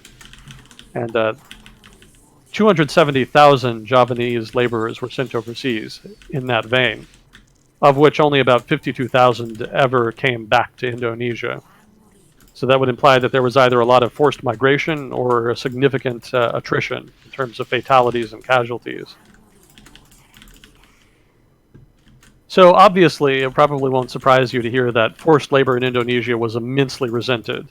It was a big source of delegitimization, let's say, of the occupation authorities. The death rate among Romusha far outstripped even that of Allied POWs, which were themselves not great. Japanese were notorious for mistreating POWs. And a lot of that death rate stemmed from atrocities, starvation, diet, and disease. Just to give you an idea. Again, we talked about a little bit how there was widespread food shortages, so that kind of had resulted in some of that starvation diet. But there was also just the general poor treatment. The Japanese thought of themselves as a superior race to the people that they had conquered, and their attitude towards them was very condescending and abusive. One of the rules that they implemented in Malaya is that they actually required everybody to bow to Japanese soldiers as they passed by. So if you're just walking along minding your own business and you see a soldier, you're obligated to bow to them to show respect. It just gives you a kind of idea of the imperialist mindset of the Japanese in these occupied territories. So let's see, there was a UN report after the war that estimated, I should say, that about 4 million people died in Indonesia as a result of famine and forced labor during the Japanese occupation, of which about 2.4 million died on the island of Java alone from famine, specifically during the period of 1944 to 1945, which is when the food shortages would have been at their worst. Obviously huge numbers, and that kind of illustrates why there's more relatively acrimony in Indonesia over it. Let's see, over Japanese occupation, that is to say. Amongst those deaths in Indonesia was about 30,000 European civilian internees. And that's a pretty high number, and that kind of speaks to the high number of European civilians who had been captured when the Japanese took Indonesia. That had to do with the fact that a lot of European civilians in Indonesia, specifically Dutch civilians, had not evacuated before the invasion because they expected that the Japanese would actually use them would need them to maintain the bureaucracy. It was expected that the colonial government would basically be maintained only under Japanese tutelage, and that the Dutch bureaucracy would basically be kept intact. And as a result, a lot of Dutch civilians in that bureaucracy did not evacuate with that expectation, only to be disappointed later on when they found out that the Japanese actually fully intended to dismantle the colonial state and replace it with their own. So that's why there was a lot of European civilians in camps in Indonesia, and why there was a disproportionate number of European civilian deaths in Indonesia. Let's see, so that's Indonesia. That brings us to the Philippines. So the Japanese actually planned to grant the Philippines independence. They were not going to annex it outright, but they did not deliver on that promise right away. Initially, they imposed a council that would rule over the territory. The administrative apparatus from before the war actually was maintained in the case of the Philippines. And most of the pre-war politicians that had been in that system participated in the new occupation system as well, which led to some fireworks later, but we'll talk about that later. That said, though, most of the population actually rejected the government. And the result was a significant amount of guerrilla warfare in the Philippines over the course of the Pacific Theater. These guerrillas actually included some U.S. troops that had not surrendered when the Philippines fell to the Japanese. It also included communists, in particular a peasant group that was referred to as the Hukbalahap. I'm not sure on the pronunciation, but that's what it says anyway. The Hukbalahap, there was some tension between the Hukbalahap and the U.S.-led guerrilla forces during the war. So there was some tensions there. But otherwise, there was, in general, a huge resistance against the Philippines there against the Japanese in the Philippines. Let's see. So by the end of the war, the resistance in the Philippines had about 260,000 some troops, or I should say guerrilla fighters, pretty big number. And because of their activities, Japan actually only controlled 12 of the Philippines' 48 provinces. Just to give you just to illustrate just how big the area was that the Japanese were being denied by these resistance fighters. So beyond the guerrilla war, the Philippines in general, by the end of the Pacific War, had suffered 1 million dead. 1 million Filipinos had died by the end of the war. These are military and civilian deaths from all causes. About 131,000 of those were killed in 72 documented war crime events. And we'll be talking about the War Crimes Tribunal a little here in a minute. But in those specific recorded wartime events, about 131,000 killed. Mind you, these for the Philippines to lose 1 million deaths is pretty significant because the population before the war was only about 17 million. So that's about 1 in 17 people in the population dying over the course of the war, a pretty large proportion. In fact, destruction and disruption to the Philippines economy was so great because of the war that the population of the Philippines actually declined up until 5 years after the war. And that just had to do with the spread of diseases and the lack of basic needs. And I was a bit surprised to read that the Philippines actually, before the war, was the second richest nation in Asia, but they did not have that same standard of living after the war on account of the level of destruction. So that pre-standard of war living had kind of been lost, in part because of that destruction. So that's a snapshot of the occupation territories in the Pacific War. It's not meant to be a comprehensive list. That's not all of the territories. But it's just meant to give you a list of the bigger nations that were occupied and some of their experiences, and also to illustrate why there's still some tension between Japan and some of those nations. There is still some significant enmity on account of those actions. Again, the younger population is a little better about it and a little more forgiving about it, but nationalists still consider it a sore point. Whenever you say that they sent in gorillas, I always imagine gorillas like the animal being dropped from a plane to attack people, and it's really funny. Mm-hmm. Yeah, that's kind of the older traditional term for rebels or insurgents. Well, I know it's spelled different, guerrilla warfare. Yeah. I understand fully what it is, but it's just the English language, you pronounce them the same way, so... Yeah. Just for those who may not be familiar with the term, I'm sure the other terms are used in other languages. let's see here. So that brings us to the International Military Tribunal for the Far East. Now, I don't have a whole lot of notes about this, so I'm not going to get into it in any depth. But basically, this was the equivalent in East Asia of the Nuremberg war trials. Now, most people, I think, are pretty familiar with the war trials in Nuremberg. Those were the trials that saw Nazis and other Germans tried for war crimes as a result of the war in Europe. But I think lesser known are the war crimes trials held for Japanese war criminals in East Asia. And these trials were held, I believe, in Tokyo, and it was called the International Military Tribunal for the Far East. The trials focused specifically on about 12 officers in the Kwangtung Army, which was the army in, I believe, Manchuria. Maybe that's China. I don't quite remember. But it focused on 12 officers in particular. And it was actually during these trials that the biological weapons program the Japanese had been working on were revealed here. So that's a rough, well, not even really a summary of the war crimes trials, but just a quick snippet of them. That was a significant event there. Let's see. There were actually further war trials held in 1949 in Khabarovsk, a Soviet city in the Russian Far East. In this case, these were specifically war crimes trials held for Soviet detainees, Japanese who had been arrested at the very end of the war by the Soviets. These were not really taken seriously by the West. They were kind of disregarded in the West as communist propaganda, basically show trials. I think there was some substance to them, but I haven't read enough about it to really judge it. But that is sort of the dichotomy. The Soviets say they were substantive war crimes trials, but the West was skeptical. So let's see here. There was no formal peace treaty with Japan until 1951, about 6 years after the end of World War II. That was the Treaty of San Francisco.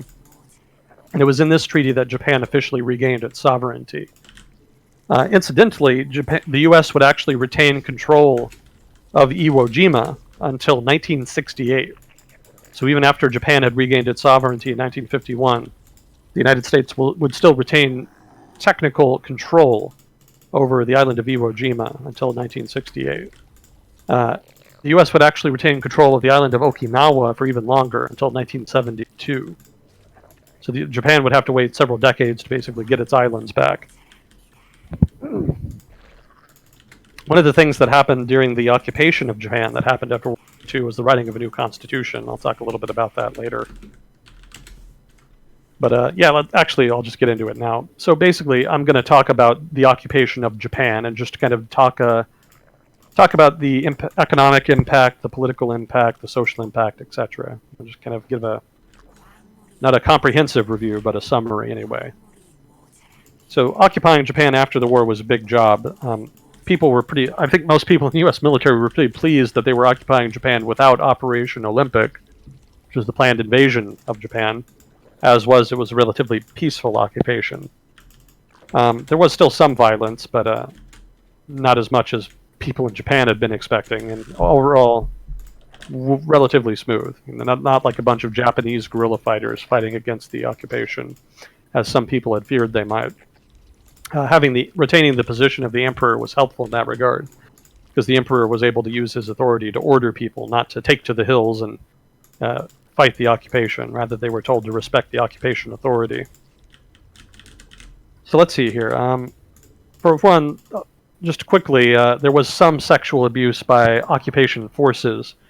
The Japanese had expected significant abuse of Japanese women, and they actually created brothels in anticipation of the occupation forces coming to Japan, specifically to try to divert attention away from the broader female population. These were basically brothels designed to distract that sexual energy from the occupation troops. As was, they didn't end up really being needed because occupation troops, like I said, were not really that bad. It wasn't mass rapes of Japanese womanhood as the Japanese conservatives had expected. But it was probably worse than people in the United States might expect. There was more than was kind of reported, so that was something that happened at the time. So let's see here. To talk a little bit about Japan's culture, one of the things that happened as a result of the occupation of Japan was exposure in Japan, well, by Japan, to American culture. And there had already been some cultural influences. Obviously, baseball was already pretty popular in Japan. But more to the point, the significant exposure came in the form of the opening up of the Japanese media market. Before there had been restrictions on foreign films. In fact, during the war, there had been an outright ban. The conservative nationalist government that had governed Japan through the war just before basically went out of its way to try to ban Western influences. And so a number of Western trends, fashions, etc., had been severely restricted, if not banned outright, in order to preserve the sanctity of pure Japanese culture and prevent the, what would you call it, the impurities, basically, of Western culture. So there was a huge influx during the occupation of U.S. media, movies, comic books, etc., because that occurred because those restrictions were removed. And so a number of U.S. genres and mediums, including, again, comic books,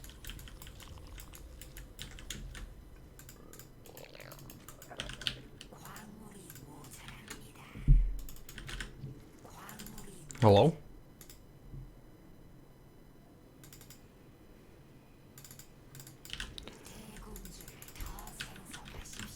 Your voice cut out. I don't know if you can hear me still.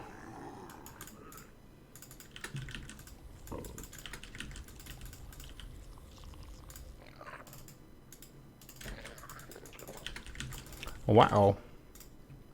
Beast having internet problem. My connection to the Discord server looks good still.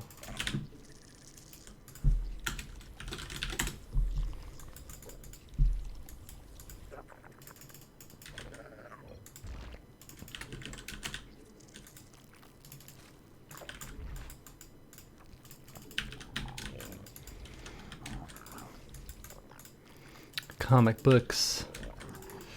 Oh no.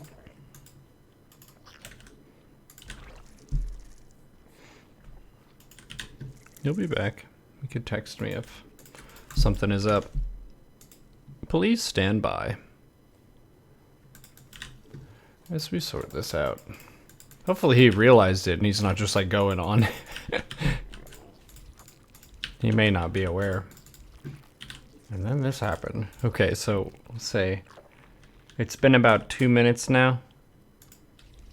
Okay. That gives me a reference point here for how long I need to tell him to back up. Ugh. Oh, what's up? Okay, he dropped out of the Discord. He may be reconnecting.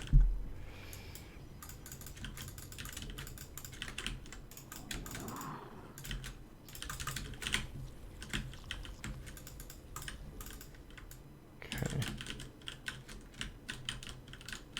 The stream died? Did the stream die? Or is it just him in the Discord?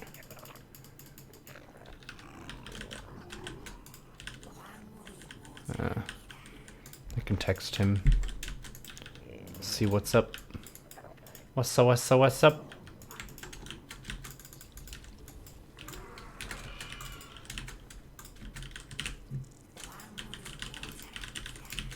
Playing against Rotterdam.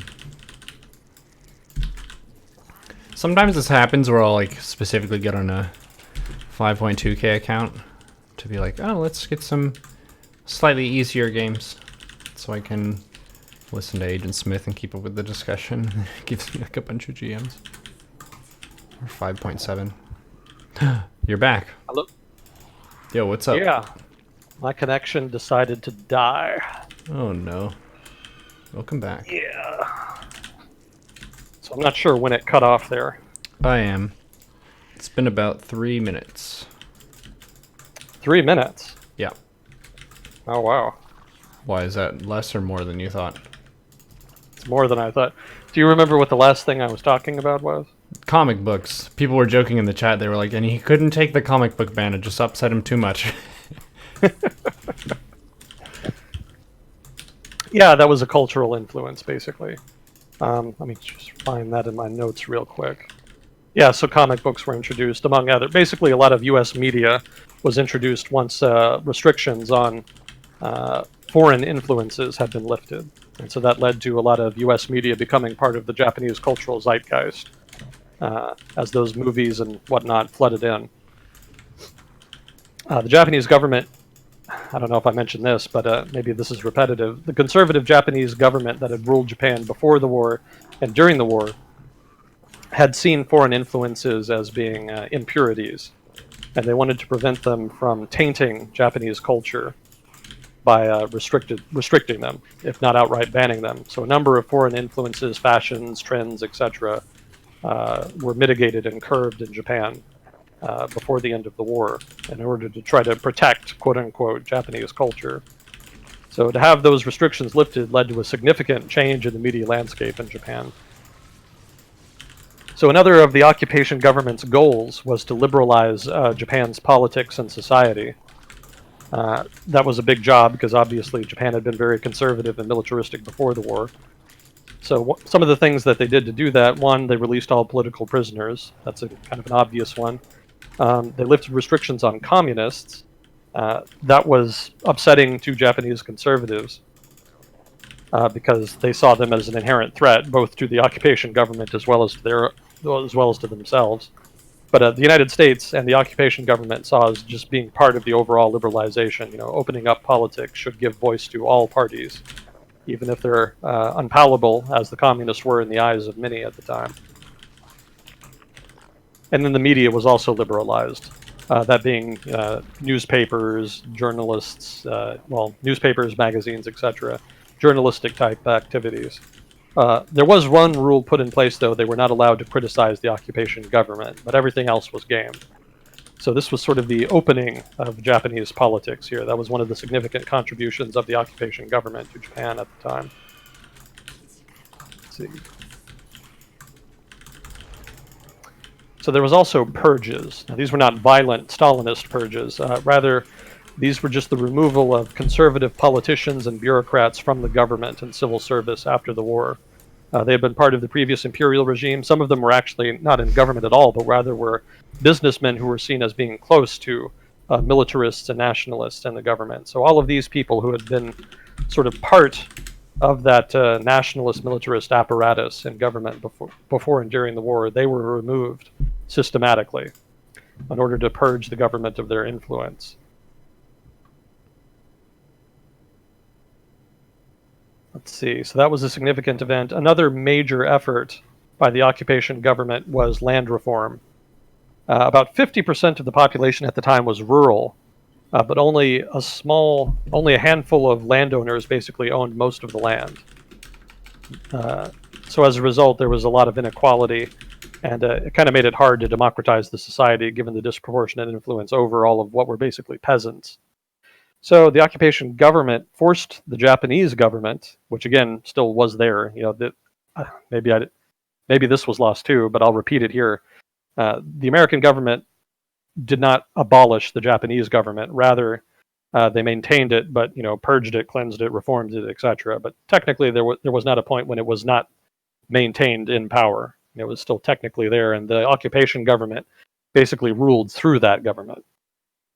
So the occupation government forced the Japanese government to buy land from those few landowners and redistribute it to the peasantry. And that was hugely popular amongst the peasantry, obviously, no shock. It was hugely controversial in equal terms in Japan. Conservatives in particular were upset. And actually, a lot of conservatives in the United States were also upset because they didn't much like the idea of redistribution of land. That concerned them a bit. But that said, it was also very effective in curbing the appeal of communism. Apparently, communists made statements to the effect that it had gutted their support amongst the peasants because they all basically became capitalists. Since they owned their own land, they basically ran their own business, and in turn, the communist message was not nearly so appealing to them. So that was a significant contribution right there. And that actually apparently still defines Japanese agriculture to this day. That redistribution and recreation of Japanese agriculture in the mold of independent landowners rather than huge feudal landlords. So let's see. Another reform was the legalization rather of unions. The labor movement after that legalization became very vocal and active, and that was considered fine. That was just a part of the liberalization process, giving voice to traditionally suppressed interest groups. Many of the union leaders specifically, were radicals. There was a point when trains in Tokyo were actually seized outright by the train union, who then offered free rides to ride goers. They didn't do that forever, obviously, but there was a point when they were sufficiently militant to do that. There was a massive general strike planned at one point. I think it was in 48 or so. But this was banned by the occupation government for fear it would destabilize Japan's already shaky economy. And there were also probably some concerns about communism at that point, because the Cold War was starting to pick up. That ban pretty much staunched the advance of the labor movement in Japan at that juncture. Before then, there was kind of a detente between the labor movement and the occupation government. The occupation government was not entirely comfortable with them, but they were willing to give them a relatively wide ambit in which to be activists, basically, to engage in politics. But after that, the labor movement kind of got the sense that the occupation authorities were biased against them, and that kind of curtailed their popularity and political activity. Let's see. So yeah, new constitution. So this is a big one. The U.S. wrote a new constitution for Japan, and this is actually still the constitution that Japan has to this day. Some trivia for you. General MacArthur was in charge of the occupation government, and he had an immense amount of discretionary authority. The U.S. government basically gave him supreme authority in Japan, so it was basically just given to him as his pet project almost. When MacArthur decided to have the new constitution written, he gave his staff 1 week to write it, which is not really enough, and it was all the more daunting because none of his staff actually had any experience with constitutional law. So that was a bit unreasonable. Guys, you got to write this in 1 week. Wait, 1 week of Constitution? It's not that hard. But I'm not involved in constitutional law. It's not that bad. Just put something together. It's gonna be fine. Well, that was pretty much MacArthur's attitude. Just do it. It's not my problem. Figure it out. So one of the things that they put in the new constitution was the famous pacifist clause. So this is the clause in Japan's constitution in which Japan renounces war as a tool of foreign policy and vows not to maintain a standing military. Obviously, that latter rule ended up getting bent later on, but the pacifist clause was a signal contribution. That was a big addition. No country really, I think, had that before, or at least had it at the time in their constitution. And it was something that MacArthur himself actually pushed for, but he did not want to be seen to be the one forcing it on Japan. He wanted the Japanese government to be seen to be voluntarily adding that to their constitution. As was, he didn't really fool anybody. Everybody kind of knew that the occupation government was behind it. Yeah, so you guys wanted to be pacifists now, right? Yeah. Oh, yeah. Well, he even had a press conference where he came out and officially congratulated the Japanese government on being so high-minded as to include the pacifist clause in their constitution. Just to kind of try to create that image that it was the Japanese themselves that were doing it. Again, not particularly successful. Everybody knew who was really behind it. But anyway, that's the gist of the pacifist clause and the significance of it and its sort of background. It's still technically part of the Constitution today, although successive Japanese governments have kind of tried to get around it. Conservatives in particular don't like it. They want to try to get rid of it altogether in some cases. That's kind of a whole other conversation we could get into. But for now, just kind of know that was there. Another thing that they did was give women rights. Women did not have equal rights in Japan at all before the war ended, so the occupation government went out of its way to do that, although I should say it was not really something that was originally a priority. Basically, trying not to say basically so much, the occupation government, when it assigned this writing of the Constitution to MacArthur's staff, the part of the Constitution that was supposed to be about civil rights was given to a woman. She was a woman who had lived in Japan for 10 years. This is well before the war, obviously. and she had a lot of experience with Japan, and was well read. I don't remember what exactly her background was, but she was tasked with writing the part of the Constitution that had to do with civil rights, and so perhaps unsurprisingly, she wrote in a lot of rights for women. She basically gave them equal rights with men and gave them the right to vote, etc. And there was some pushback on the part of the rest of the occupation government. When she met with the rest of the staff, they kind of were not too eager to actually include the provisions for women's equality. There was some fear that it might upset conservatives too much and that it might create political instability, but she lobbied hard for it, and so it eventually made it into the final draft of the Constitution. And as a result, women in Japan ended up with equal rights. So some interesting trivia there as well. Let's see. Also, there was changes to the position of emperor. There was some consternation there because conservatives were very sensitive about the position of the emperor. They didn't want to. The occupation government didn't want to get rid of the emperor completely, but they also didn't want to have him just be purely symbolic with no power whatsoever. So I think the compromise was basically to give him relatively more symbolic power than substantive power, but he was still kind of involved in the process. And that was also done, again, to try to appease radical conservatives. They didn't want to revolt on their hands, so they kind of felt they had to have that compromise in place. So all told, the new constitution was, unsurprisingly, immensely unpopular with the conservative government in Japan at the time. But it was very popular with the public, interestingly. And with elections coming up, there was going to be elections in Japan specifically, the first post-war free elections, maybe even the first free elections in Japan. And because the Constitution was so popular, politicians did not feel that they could really go against it. So even though conservatives really loathed it, and a lot of the major reforms, the public loved it so much that they felt they had to do it in order to win election, basically. So let's see here. One of the things that they did was to, on account of that, because they knew it was popular, is the conservative government and politicians in it tried to take credit for it. Not so much the pacifist clause, per se, and some of the other controversial provisions, but the ones that were popular, they tried to claim to have been the mastermind behind it. They tried to claim credit for it. But the Japanese public didn't buy it. A lot of these politicians had been guys in power for a while, and a lot of people who were previously suppressed under the authoritarian Japanese government now had voices, and they expressed their mistrust of those establishment conservative politicians, and as a result, they didn't do as well as they wanted, and nobody really believed them when they said that they supported the relatively liberal constitution that the United States had drawn up.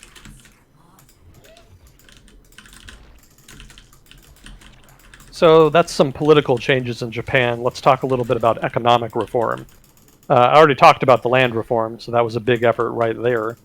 One of the overarching strategies that the occupation government wanted to take was to change the whole of the Japanese economy and shift it away from being one dominated by large companies, specifically the famous Zaibatsu conglomerates, and to shift it more towards an economy defined by small and medium-sized enterprises. And so in pursuit of that objective, they banned monopolies and laid out plans to dismantle the Zaibatsu. As it happened, the economy in Japan still struggled mightily after the war. That's no great shock. The war greatly disrupted economic trade, and the military government diverted an immense amount of resources towards war production and away from, private sector normal economic activity. And of course, there were the food shortages. So all told, the economy was a bit of a mess, and probably would have been almost no matter what. But inflation was running out of control, and there didn't seem to be the kind of economic recovery that was thought to be needed to maintain the legitimacy of the occupation government, such that a revolt could be prevented.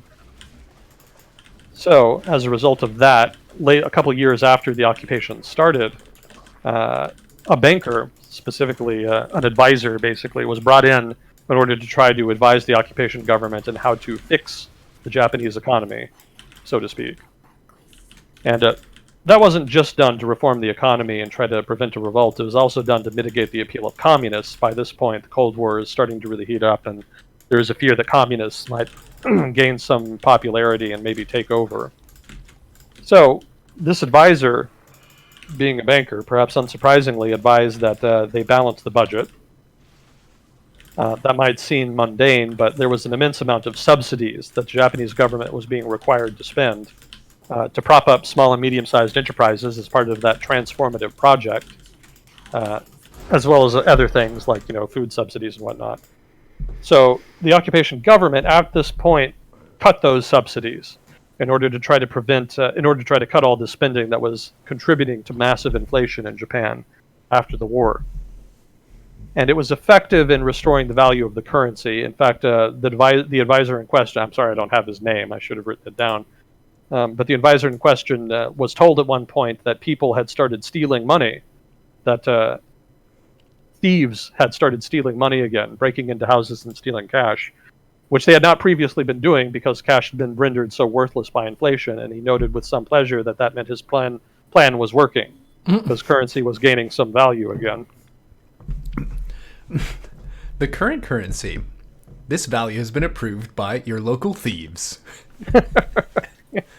Well, that is a sign that it's worth something more than toilet paper, so that's some progress anyway. So let's see here. That had the desired effect. The currency did regain some value and the economy did start to stabilize, but the cuts to subsidies had political repercussions. Basically, it led to massive layoffs. A huge number of small, medium, and including the large companies in Japan, because they lost those subsidies and government support, ended up laying off a huge number of workers.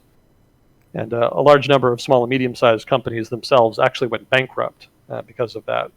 So that created a big backlash amongst Japanese labor, which was already suspicious that the occupation government was not on their side, was biased against them. So that led to new tensions and a renewed crackdown on labor in Japan. So the pro-labor movement, well, I should say just the labor movement in Japan after the war, had a couple of years where it had a honeymoon period with the occupation government and things were relatively open.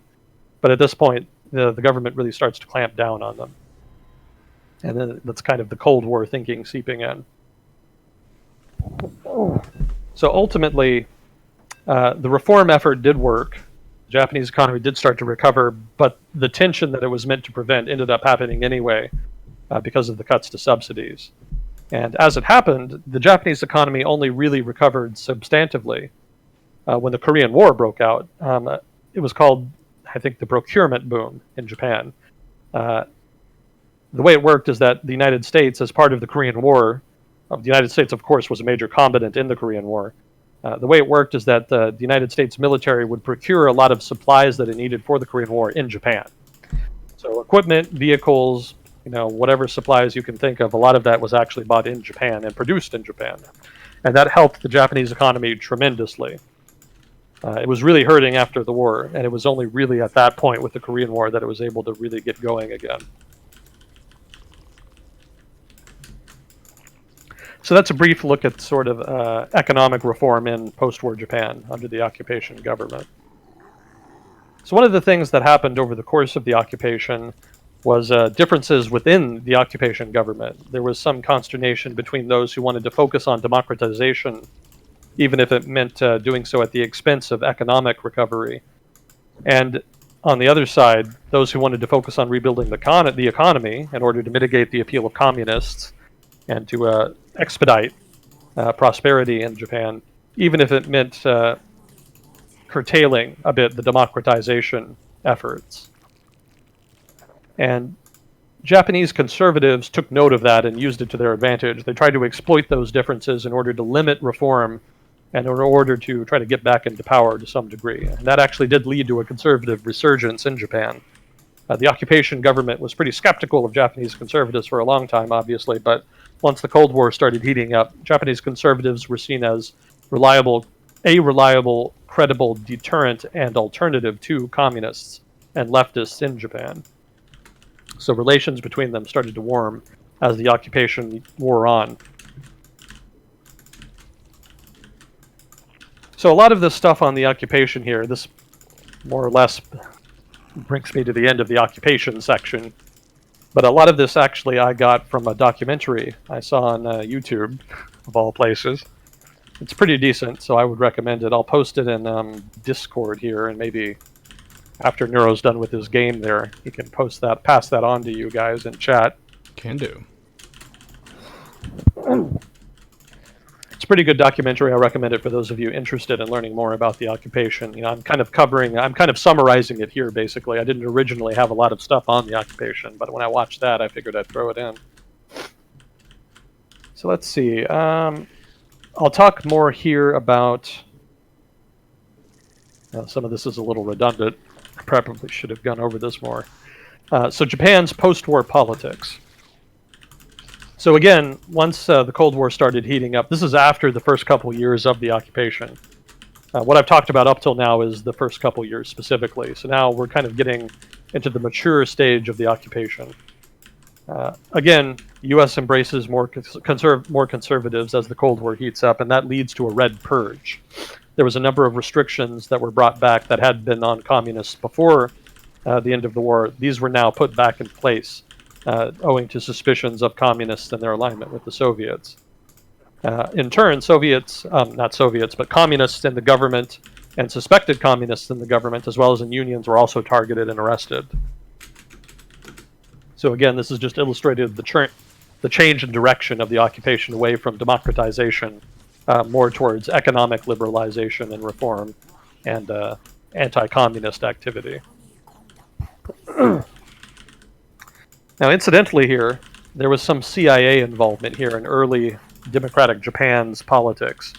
One of the things that happens after the first elections is that the United States kind of encourages conservative parties in Japan to form a coalition so that the United States would not have to worry about communists specifically, if not also leftists generally, gaining power in Japan.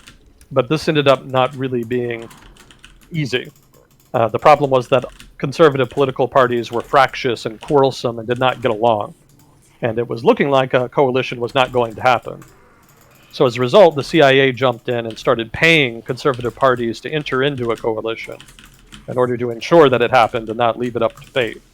And that coalition actually became what is now the Liberal Democratic Party in Japan, which became the coalition that would govern Japan almost continuously for the next half century, and is still the dominant political force in Japan to this day. So some CIA involvement was actually is a part of that party's history, basically.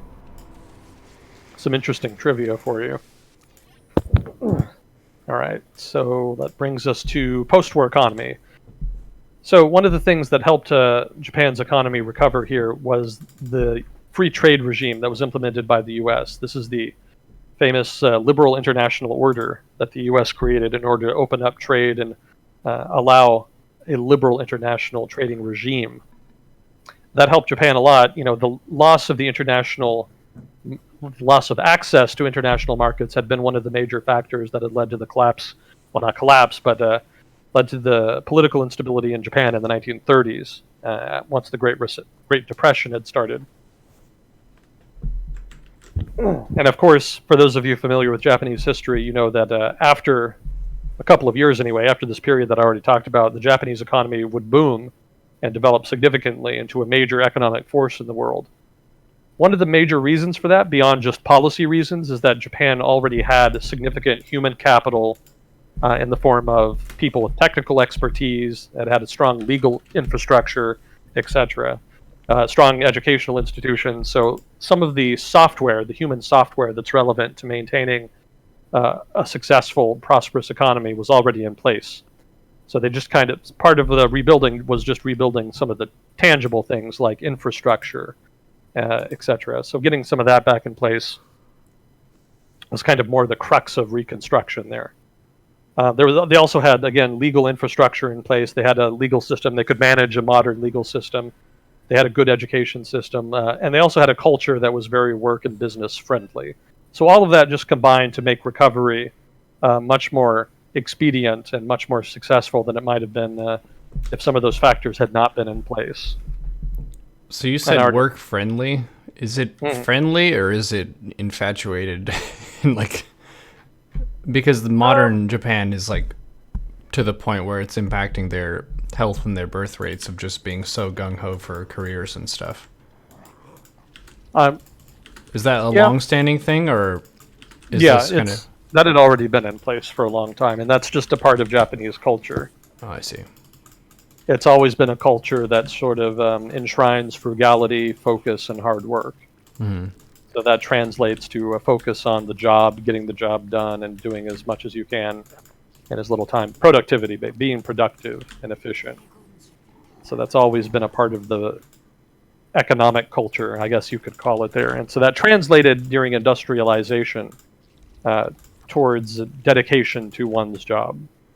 And it also contributed to the emergence of strong intra-company norms of camaraderie, I guess you could call it. You know, in Japan, there's strong norms that require you to work very hard, but there's also norms in place that require management to try to look after workers. You know, you're not really supposed to lay off workers in Japanese business culture. That's sort of a last resort. You know, you're really supposed to look after your people. As long as they're working hard and holding up their end of the deal, management is kind of obliged culturally, not necessarily legally, but just culturally, to look after them and do everything they can to not lay them off and to ensure that they're looked after. So that's sort of the other side of that work culture in Japan. It's a balanced set of norms across the spectrum of business activity. It's not just labor being required to basically be serfs. But you're right, yeah, that is established. That is an established part of the culture that's been there for a long time. And it's evolved with time, along with the economy and politics. But in general, yeah, that is a continuous factor there. I think one of the main differences that stands out in the way that I've seen, and this is just from my personal view, I'm not an expert on this, but it seems like in Japan they emphasize hard work and finding beauty in one's work, irrespective of how high up the food chain you are, business-wise. Because a lot of times, I mean, basically in every country you have hard workers that are just around. But in Japan, it's kind of like you could have a pretty low-level job, but you can still treat that as an area where you can achieve excellence and treat it like a meditation and stuff like that. Yeah. Yeah, that's it is more of a philosophical approach to how they view work. It is meant to be more of a part of your life rather than an adjutant in your life. Mm-hmm. And so the culture there sort of accounts for that by trying to inculcate a certain mindset that is sort of more reflective like that. It seems to work for most people, but it's also kind of a moral hazard in some ways. Mm-hmm. Let's see here. So the resurgence of conservatism that I talked about before, that would manifest economically as the return of zaibatsu. They had been trimmed down a bit, but they were still present by this point. And once the Japanese conservatives had kind of gotten back into power, they didn't bring them back fully, but they did incorporate them into a system of economic management that was relatively centralized and probably more centralized than the original U.S. occupation government had intended. And they were meant to be competitive internationally, if not also domestically, and they didn't have quite the same monopolistic powers that they had before the war. But what would happen is that the government would create an institution called MIDI, and I don't quite recall what that exactly stands. Basically, the Ministry of International Trade and something. And basically, this ministry was in charge of the economic development of Japan. And they did not have a command economy. It's not as though MIDI would just tell everybody what to do and direct resources. But they did have a very tight relationship with major corporations like the Zaibatsu, among other industries. And so while they would not tell them what to do, they would strongly encourage them and give them support to try to induce them to do what they wanted to do. So kind of a soft direction there. One of the roles that they would do, one of the roles that MIDI would perform is easing tensions between Zaibatsu and trying to coordinate their behavior, coordinate their strategy, basically, so that they're not stepping on each other's toes and so that they can continue to progress the development of the economy. So as a result, the Japanese economy and economic policy ended up being relatively protectionist, which of course famously is still an issue to this day. But that's sort of that's the genesis of that. This is where that kind of got started. That Japanese mindset of trying to focus on development and having a strong government role in influencing economic activity and economic strategy. This is where that kind of got started, to a degree. I should point out that it had already been going on. You know, obviously the Japanese government was very powerful before the war and during the war. So they'd already started this sort of symbiotic relationship between the Japanese government and its economic planners with economic actors like the Zaibatsu and other corporations. So that was already kind of unfolding. But the modern iteration that we now know, and that is still present in Japan today, got started after the war with MIDI and with the set of strategies and management strategies that were used then. So let's see, and the last thing here is post-war culture. So obviously, Japanese society becomes more liberal and open, generally speaking, after the occupation ends, and as a result of the occupation. Japanese society did have liberal elements even before the war. It's not as though everybody was a militant nationalist. But with the politics now more open, those other political factions could be more open and push for their preferences. And as a result, Japan's politics opened up considerably. One of the lessons for Japan from the war was the importance of technology. Obviously, they suffered grievously from their lack of technological parity with the Allies. And so there was a sense then that part of the economic recovery should focus on technological development. And in turn, there was a lot of investment in modern technologies in order to ensure that Japanese industry could benefit to the max from the productivity that those technologies rendered, and to ensure that they would be competitive in future. And that was also meant to move up the value chain. They wanted to move beyond just textiles and some of the low-level manufacturing that they'd been specializing in before the war. And so developing new technologies and adopting newer technologies was meant to try to achieve that goal. It seems like as a country, they're very agile in terms of going full on with changes when it's necessary. Yeah. Because it's kind of like they were behind Europe in some technological ways, and there's the initial resistance, and then when they embrace it, like they really become a front runner in the race, so to speak. Yeah. Where they don't resist that change. Once they decide that this is better, then they're all just on board. And part of it, I think, has to do with the size of the country as opposed to China or India, where it's smaller and thus more nimble for making those changes. I think South Korea is another example as well, where it's a smaller country and they've embraced technology, and we're at a point now where in the United States we envy their internet. They're very connected nowadays. And actually, I'll touch on that here in a little bit, because that's actually a relevant example to something. I'll get to that, but yeah, you're right. Japan is a very adaptable culture, historically speaking. They've been very good about taking the most useful elements from other cultures and sort of merging them with their own, such that their own culture is preserved while still benefiting from change and innovation. Let's see, another cultural influence here. The devastation of the war and the nuclear bombings ended up being, excuse me, thematic elements on Japanese media. So the principal example there being Godzilla, and of course is famously an allegory for war and nuclear weapons and whatnot. So a more direct influence, though, was the Lucky Dragon, which was a Japanese fishing boat that was irradiated after a U.S. nuclear weapons testing. And that made the news, and that actually was more the direct contributor to Godzilla, specifically. But nominally, the allegory goes well beyond that specific case. But anyway, that's just an example of how the war influenced Japanese media. And that theme ended up not just in Godzilla movies. I just bring it up because I like Godzilla movies, basically. But yeah, that theme can be seen, in any number of Japanese media, anime, movies, books, whatever. There's almost always a pretty strong anti-war sentiment in a lot of Japanese media. Not always. Sometimes there's some pro-war sentiment, which is kind of creepy considering the historical context, but people tend to overlook that because anime. Yeah. Maybe keep that in mind the next time you watch a really gung-ho, fighty type anime. There is some context there that's a little iffy. In fact, I think there was actually an anime made that was specifically about kamikazes, Mm-hmm.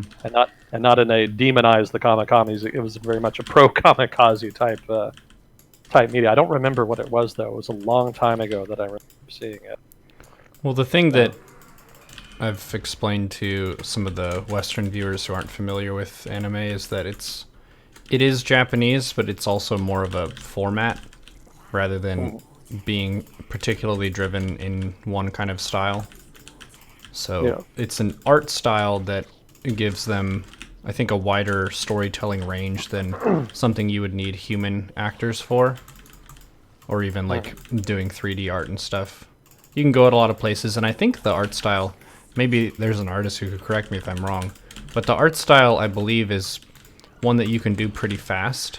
It's not super arduous in terms of getting the main ideas out, because a lot of the face shapes and kind of body shapes and stuff are simplified in a way that makes them easier to like crank out faster. So yeah, you've got the full range of stuff. Like there's anime that's very European themed, for example. Like my favorite one is Full Metal Alchemist Brotherhood, and the main country where things are set is kind of modeled after Germany and some of Western Europe. So just because it's made in Japan doesn't mean it's about Japan, you could say. Yeah. So all of those are good examples of the influence that we're seeing here from the war. So to move on then, this is more the trivia section, I guess. I'll be getting to post-war Asia in a little bit, but here, one of the things that happened as part of the Pacific War was the internment of Japanese the internment of Japanese people in the United States. I suspect most people have probably heard of this, but for those of you who have not, there was a number of people of Japanese descent living in the United States, specifically in Hawaii and the West Coast, when the war started. And there was a lot of suspicion in the government that this could be a fifth column, basically people who would sympathize with the Japanese government and would perhaps commit acts of sabotage or spy on behalf of the Japanese government in the war. And so the U.S. government then rounded them all up and put them in camps, just literally put them in internment camps in, I think, the Rockies in the western U.S., sort of around there. And some of them were first-generation Japanese migrants, but a lot of them were actually second or third generation. So basically, they were just Americans. You know, they'd grown up in America. They were culturally American. They spoke fluent English, etc. You wouldn't be able to tell them apart from any other American, save for the fact that they were descended from Japanese. And it was a bit rough for those people to be put in camps, because a lot of them were just as patriotic as anybody else, and they were very disappointed and disenchanted to find their government abusing them as they felt. And that ended up being kind of a running sore there for a long time. I think they eventually got an official apology from the United States in like 1991 or something, decades later. Yeah, I have a personal example. So there's a family of mine on Bainbridge, and there was apparently a Japanese farmer there who was just one of the earlier people who lived on the island, and he had his farm and stuff like that, and he was actually ripped off the island and thrown into one of these camps. So they try to honor his effort just as a person who's just trying to farm. He's not a Japanese insurgent or whatever who's trying to work against the government. He's just trying to grow crops and stuff. So yeah, it hit a lot of places, especially like you're saying on the West Coast. Yeah, and it was especially hard for people who owned businesses and whatnot, because a lot of them basically just lost everything. Some of them were able to find people who would agree to watch the business for them or run it while they were gone, including their house. Could you watch my house while I'm gone? But a lot of people didn't do that. Sometimes you just couldn't find anybody to do it. You had to sell your property at dirt cheap prices, basically, because you had to sell it, which meant you didn't have leverage in the negotiation. In other cases, property was just seized outright. It was an ugly period for Japanese Americans, for sure. But some interesting trivia on that. That did not just happen in the United States. That actually apparently also happened in Latin America. The U.S. was worried about Axis influence in Latin America, the Western Hemisphere writ large, really. And it was a little concerned about the extent of Japanese migration into the area. Didn't have to be a lot to concern the United States, mind you, but there was some, and so they actually lobbied Latin American partner nations to round up their Japanese population and send them to the United States for internment. So those people actually were also interned. It wasn't just Japanese Americans, it was also Japanese in Latin America. So one final note here on this internment topic. Later in the war, the U.S. government felt confident enough with Japanese Americans to allow some to be recruited into the army. They did not allow them to be dispersed throughout the military, and they would not allow them to serve in the Pacific Theater, but they would allow them to serve in the European Theater in a single division that was comprised entirely of Japanese Americans. And, oh, I'm sorry, it's not a division, it's a regiment. The 442nd Regiment, which was comprised entirely of Japanese American citizens. And they fought very well. They were actually one of the most highly decorated units in the U.S. military during World War II. So they definitely made a fine accounting of themselves, but they took horrendous casualties. They fought mostly in Italy, which later in the war was kind of a grab bag of weird divisions. Something we could talk about sometime, but for now, this Japanese American division, which is a Nisei division, I think is the technical name, they made a very strong accounting for themselves fighting in Italy against the Germans. So that said, one of the legacies of the war was significant economic changes in the United States. Excuse me. So one of the things that happened is a rapid economic and demographic shift in the U.S. from the eastern U.S. to the western U.S. And this saw millions of people migrate to the West Coast in order to work in factories to produce, ships, ammunition, planes, etc. Before the war, the West Coast of the United States was not thickly populated. It was relatively unpopulated. Hollywood and the rise of media had led to some influx, but it was still not a major economic powerhouse, really.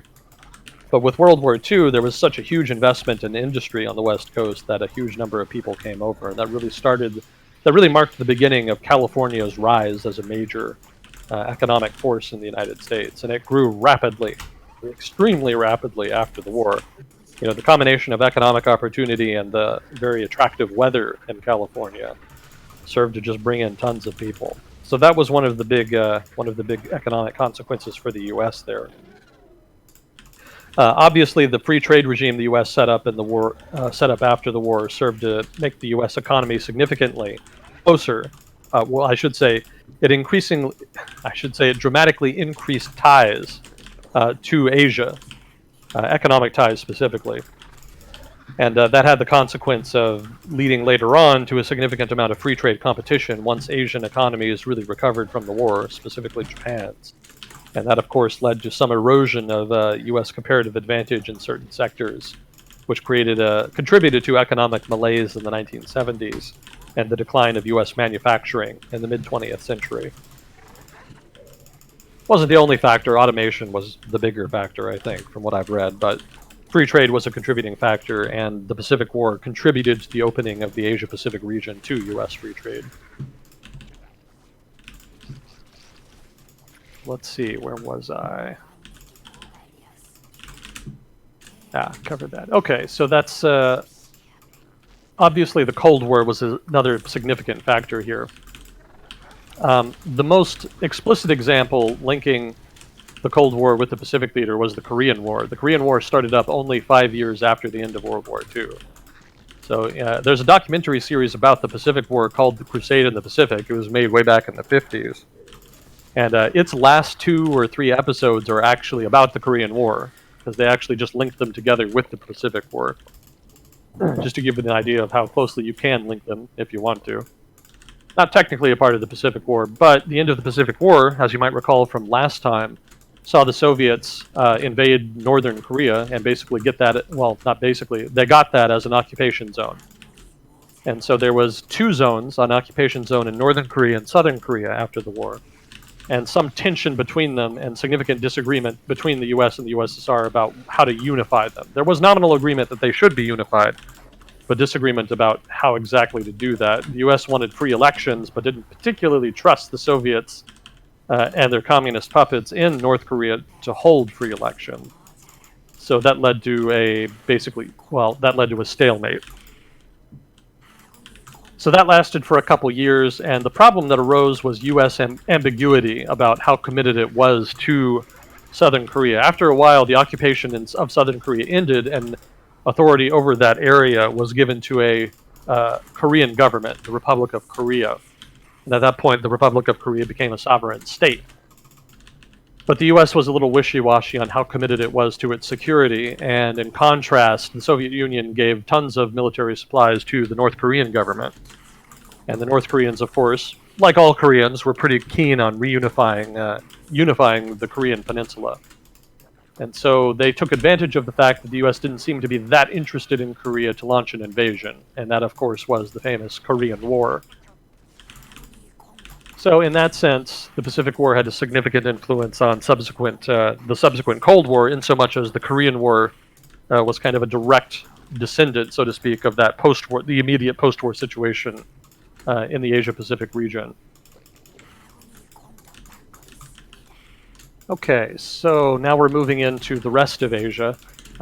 Asian nationalism was stoked by the Japanese during its occupation of those various territories. We talked a little bit about that earlier, but it had significant consequences for the post-war situation in Asia. So in Indonesia, Indonesian nationalism had already been on the rise, and Indonesian nationalists were put in control of the government in Indonesia while the Japanese were in charge. Now, they were still in control of the government after the war. Mind you, they had turned on the Japanese at this point. This was not a collaborationist government. Basically, the government turned Republican. They became anti-Japanese Republican nationalists. And so the government under, I believe, Sukarno, in addition to turning on the Japanese, also turned on the British and the Dutch. Mind you, they're not invading British and Dutch territories. Rather, Indonesia had been a Dutch territory, and Republican nationalists started targeting the British and Dutch troops that were trying to keep and maintain order in the Netherlands in anticipation of handing the territory back to the Dutch. The Republican nationalists didn't want to be handed back to the Dutch. They wanted independence. And so the independence fighters started fighting for independence very soon after the end of World War II. And that marked the beginning of Indonesia's independence war, which would see a lot of fighting. It was a pretty significant conflict. At first, it was fought against the British, because the British were the first to come back to Indonesia. Of the Allies, they were the first to come and try to relieve the Japanese garrisons there and have them sent back. But because they didn't want to just abandon the territory to the Republican nationalists, they didn't want to hand it back to the Dutch. They ended up actually fighting the nationalists on behalf of the Dutch for a year or so before Dutch troops could come back and start doing the fighting themselves. So a little trivia for you there. Let's see here. Yeah, the inability of the Allies to cope with the load of occupying Indonesia led them not only to fighting the Republican nationalists, but they actually had to resort to using some Japanese soldiers. There was a huge number of Japanese soldiers in Indonesia, and basically once the surrender had happened, they were told to stand down. But once it became clear that there was a revolution going on and that they would have to fight, occupation authorities resorted to ordering Japanese garrisons who were just waiting to be sent back to Japan back out into the field, basically into actual garrison duty to try to protect roads, transportation infrastructure, etc. And I think there was one British officer who noted how strange it was to be traveling through Indonesia and have the roads be guarded by hundreds of Japanese troops. It was a bit surreal given that the war had just ended. So let's see. Yeah, there was about 1,000 Japanese soldiers that actually ended up... mind you, this is not the garrison soldiers I was telling you about, but there was also an additional 1,000 Japanese soldiers that actually left their post and joined the Republican nationalists fighting for Indonesian independence. So there's actually a number of Japanese that tried to help them do that, to fight against the Europeans. Okay, so that's the Independence War. That brings us to Indochina. So for those of you not familiar with Indochina, this is a territory in Southeast Asia that had comprised France's principal colonial holding in Asia. It comprised roughly 3 different territories: Vietnam, Laos, and Cambodia. So when you think of Indochina, basically just think of Vietnam and some of the westward territories there. Uh, During the war, well, maybe I should say before the war, French Indochina was under control. The French pretty thoroughly had it under control, but there was a nominal independence movement by nationalists, specifically Vietnamese nationalists. During World War II, Indochina was never formally annexed by Japan, per se. I think technically they moved to annex it in 1945, but for most of the war it was not formally annexed. And that was because France was kind of sort of neutral at that point. They'd been knocked out of the war by the Germans. So France didn't really have a dog in the fight when Japan started attacking the rest of the region. They also were not in much position to resist them when they demanded that Indochina and the Indochina government allow Japanese forces to occupy the territory and give them free movement, the right to freely move through the territory. So it was occupied, but technically it was still governed by the French authority there for until 1945. Although, given how little leverage they had vis-a-vis the Japanese, they basically just had to do whatever the Japanese told them. So only nominally independent, really. So after the war, Indochina had a problem, suffice to say. Because during the war, one of the things that happened is those Vietnamese nationalists started fighting the Japanese, as well as the French, who were still there. Well, actually, I take that back. I don't think they were fighting the French. I think technically there was an alliance between the French and the Vietnamese nationalists to fight together in a resistance against the Japanese. The colonial government didn't fight the Japanese, but there was a number of French fighters, special forces, etc., supported by American and British forces who have committed acts of sabotage and whatnot. So there was already nationalists fighting for independence in Indochina even before World War II ended. So then the problem became one, after the war, of determining what to do with those nationalists. The French were not in the least bit interested in giving up Indochina, so independence was not really in the cards. But the Viet Minh, the Vietnamese nationalists, were hoping to at least get autonomy. They didn't even get that. So that led to the beginning of what came to be called the Indochina War, which was the war fought by the Vietnamese nationalists against the French and their colonial troops and colonial administration in Indochina. So the Pacific War then, Indochina not really part of the Pacific War per se, but talking here about the Japanese occupation of Indochina, that had a direct link to the subsequent Indochina War, and in turn, an indirect link to the later Vietnam War fought by the U.S. in Vietnam. All of that really got started with the Vietnamese nationalists taking up arms during World War II against the Japanese. And they would basically just continue fighting against the French and then the Americans almost continuously for the next 20 to 30 years. Okay, so then there was also, after the war, independence for a number of territories in Asia, the Philippines, India, Burma, and Ceylon. Ceylon is the previous name for what came to be called Sri Lanka. We were talking about them a bit earlier. Independence was probably coming regardless. There were some strong independence movements in Asia, and European empires were getting weaker, financially speaking. So there did seem to be a trend towards independence, but the Japanese invasion in World War II definitely expedited it. So where before it would have been more intermittent, this country gets its independence here, maybe this country gets its independence later. Instead, after World War II, you got a whole bunch in just a few years' time. A whole bunch of countries got their independence very quickly. India prominent among them, Philippines as well. Burma and Ceylon is also, I think, were the principal examples there. I listed them all at the beginning. Probably a few others I'm forgetting, but those are the major ones, I think. So that was another significant impact of the Japanese, of the Pacific War. It expedited independence for a number of colonized peoples. So I also wanted to talk a little bit here about Thailand, which is a weird example here. It's something I want to read more about. I can only really summarize it right now. Thailand was one of the few countries in the world to never be colonized by Europeans. And as a result, it was in a somewhat awkward position at the onset of the Pacific War, because on the one hand, it was no fan of colonialism. They didn't really like the European empires around it. They'd taken territory from them before. But on the other hand, they weren't real gung-ho about getting colonized by the Japanese either. So at first, the government of Thailand did not want to ally with Japan. It did not want to grant them free movement of free access to its territory by the Japanese military, which was demanded by the Japanese government just before the Pacific War got started. So that led to some fighting then. When Japan finally launched its offensive, they pushed into Thai territory, which immediately caused a political crisis that resulted in a coup that led to a pro-Japanese nationalist government. Now, that nationalist government, in turn, agreed to ally Thailand with Japan and to allow Japanese troops to move freely through Thailand. And what resulted is this weird sort of de facto alliance. Technically, Thailand basically was a Axis country during the Pacific War, during World War II. And as part of that, they would actually attack Indochina, for one. They would attack French Indochina to try to get back territory they'd lost to them, in the previous century, I think.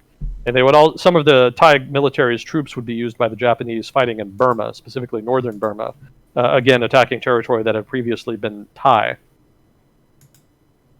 So they actually did help the Japanese fight in the war, and also were a bit opportunistic, in so much as attacking French Indochina was opportunistic. But the Japanese were not that interested in allowing a lot of Thai expansionism. They were willing to give them some territories, but not a whole lot. And so the Thai government was not really able to get as much out of the alliance as it had originally hoped. So as a result, the pro-Japanese government became increasingly unpopular. And that also had to do with the deteriorating economy. Again, Thailand, like the rest of Asia, saw a collapse in trade because of the not embargo, but because of the the blockade by the Allies and the disruption of trade from the war. So there was a lot of economic problems. The government was politically unpopular. It was also very authoritarian and extremely nationalistic, which bothered a lot of people. So that led to a lot of protests, some resistance, some of it violent resistance. And in turn, what happened was that in the end of the war, let me see if I can find the specific thing here in my notes. At the end of the war, when the Allies were starting to make progress in Burma, there was another coup in Thailand, and this time it threw out that previous pro-Japanese government and basically reinstalled the status quo political powers. And at that point, Thailand actually agreed to basically join the Allies. So it was a bit of a bizarre set of circumstances, because Thailand was at first neutral when there was no war, but then joined Japan when the war started, but then at the end of the war joined the Allies. Now, you might think that the Allies would take a hard line on Thailand and demand reparations and maybe punish them like they had other countries that were explicitly part of the Axis, but they actually didn't. They actually gave them a pass because of all the political instability. There was just a lot of coups and protests and whatnot. And on account of that, Thailand is not generally considered formally a part of the Axis in World War II.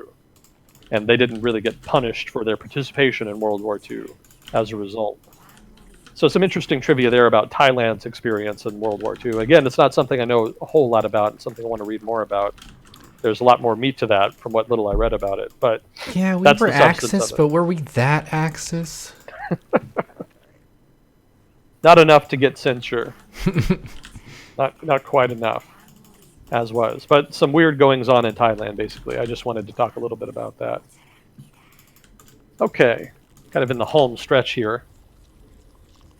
So one of the things I wanted to talk about, and this touches on what you were talking about earlier, Japanese institutions influence their colonized territories. This isn't so much true of Indonesia and other places, but Korea, which was colonized for a very long time, well, not a whole lot, 50 years.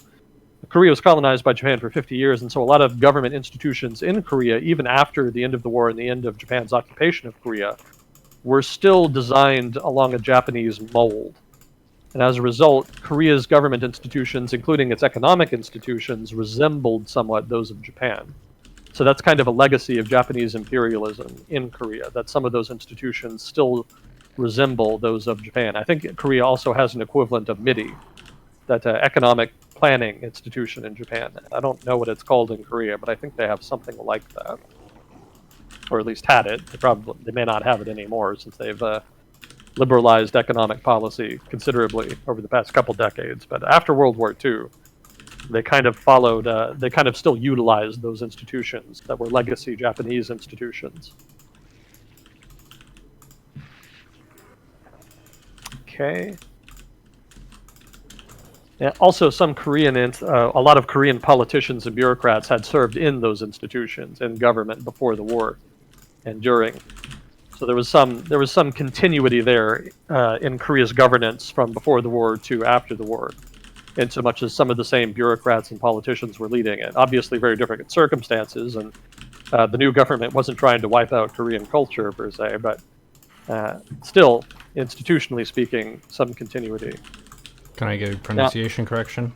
yes, please do. Continuity. Continuity. Thank you. Yep. Continuity. Try to put that in my memory bank there. Okay, so something else I wanted to touch on before we quit here. There was a vast expansion in U.S. island holdings. One of the things that happened before the war is that Japan ended up with a number of not UN, but League of Nations trustee territories. And a lot of those were island territories, island chains, really, in the Pacific that had been owned by Germany, but were stripped from Germany after World War I and given to Japan. Well, after World War II, they were stripped from Japan and basically given to the United States as UN trusteeships. And they de facto became American protectorates at that point and would remain so for some decades until the mid-late 1980s when they were granted full independence. The U.S. still retains strong ties to these island countries. In fact, most of them have compacts of free association with the United States that basically give the United States control of their foreign relations, as well as make the United States responsible for their defense. That's kind of the quid pro quo. The United States protects them, and in exchange, the U.S. controls their foreign policy. Also, I think the U.S. gives them emergency support if there's a natural disaster, and it gives them other certain travel privileges to the United States, if I'm remembering right. But technically, they're still independent states, but they have this special relationship with the United States, and that kind of got started with the U.S. managing them after World War II, after it had inherited them from the Japanese. Some of those territories include the Caroline Islands, which is today Micronesia, the Marshall Islands, not Kiribati, Palau, as well as the Northern Mariana Islands. Palau, Micronesia, and the Marshall Islands are the ones that have compacts of free association, I believe. The Northern Mariana Islands actually opted to remain a U.S. territory, so that is officially U.S. soil in the Northern Mariana Islands. And they are officially in a commonwealth with the United States, technically. Sort of like Puerto Rico. In fact, exactly the same as Puerto Rico, I think. The southernmost island in the Mariana Island chain is the island of Guam. That's not in the Commonwealth. That's its own territory, and that is still formerly U.S. territory as well. But as a result of the end of the war, and because the U.S. inherited these territories, the U.S. ended up with a lot more territory in the Pacific than it had when the war started. That's the gist of that.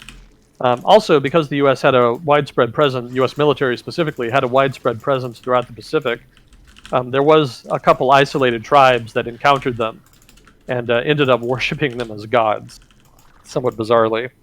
Yeah, the Japanese had invaded some islands that had a lot of, not necessarily uncontacted tribes, but tribes that did not encounter foreigners much. And the Japanese did their usual, had their usual approach to native peoples, which was to force them into labor. And a lot of that labor involved attrition, in which many would die. So the Japanese were not really well received amongst a lot of native population, suffice to say. But there was a couple of islands, I don't remember what they are, I wish they did. But the U.S. would invade the islands, push the Japanese out, and then in turn the natives would kind of look on the U.S. soldiers as saviors. But because they didn't really know who they were, they would just kind of see them as gods who had pushed out the devils, who had come from far away. So there's actually a cargo cult in this one island where people will dress up as U.S. soldiers as part of their worship. It's a bit weird, suffice to say, but it's some interesting trivia. It's one of the weird fallouts, one of the weird cultural fallouts from the Pacific War. Well, the quote that comes to mind is, "Sufficiently advanced technology is indistinguishable from magic." What was that? I lost the... Sufficiently advanced technology is indistinguishable from magic. Yeah, I remember that from Kukio. Yep. Yeah, that's a good one. Yeah, there's a lot of that in certain parts of the Pacific, even today. There's some tribes that are very remote, don't have access to modern technology much. So let's see, 2 more items. One, there was a number of Koreans who were forced to fight for Japan because Korea was technically an integral part of Japan at the time. That resulted in one really fascinating story. There was a guy who was forced to fight in the Japanese army, and he actually fought with the Japanese army during a border battle with the Soviet Union in Mongolia. And we talked a bit about this way back when we started this weeks ago.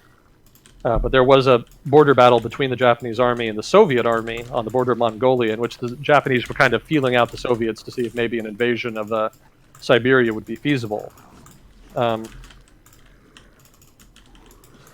result of that battle was mostly a defeat for Japan, but one of the things that happened is one particular Korean soldier was taken prisoner by the Soviets, and he was held in a camp in Siberia afterwards.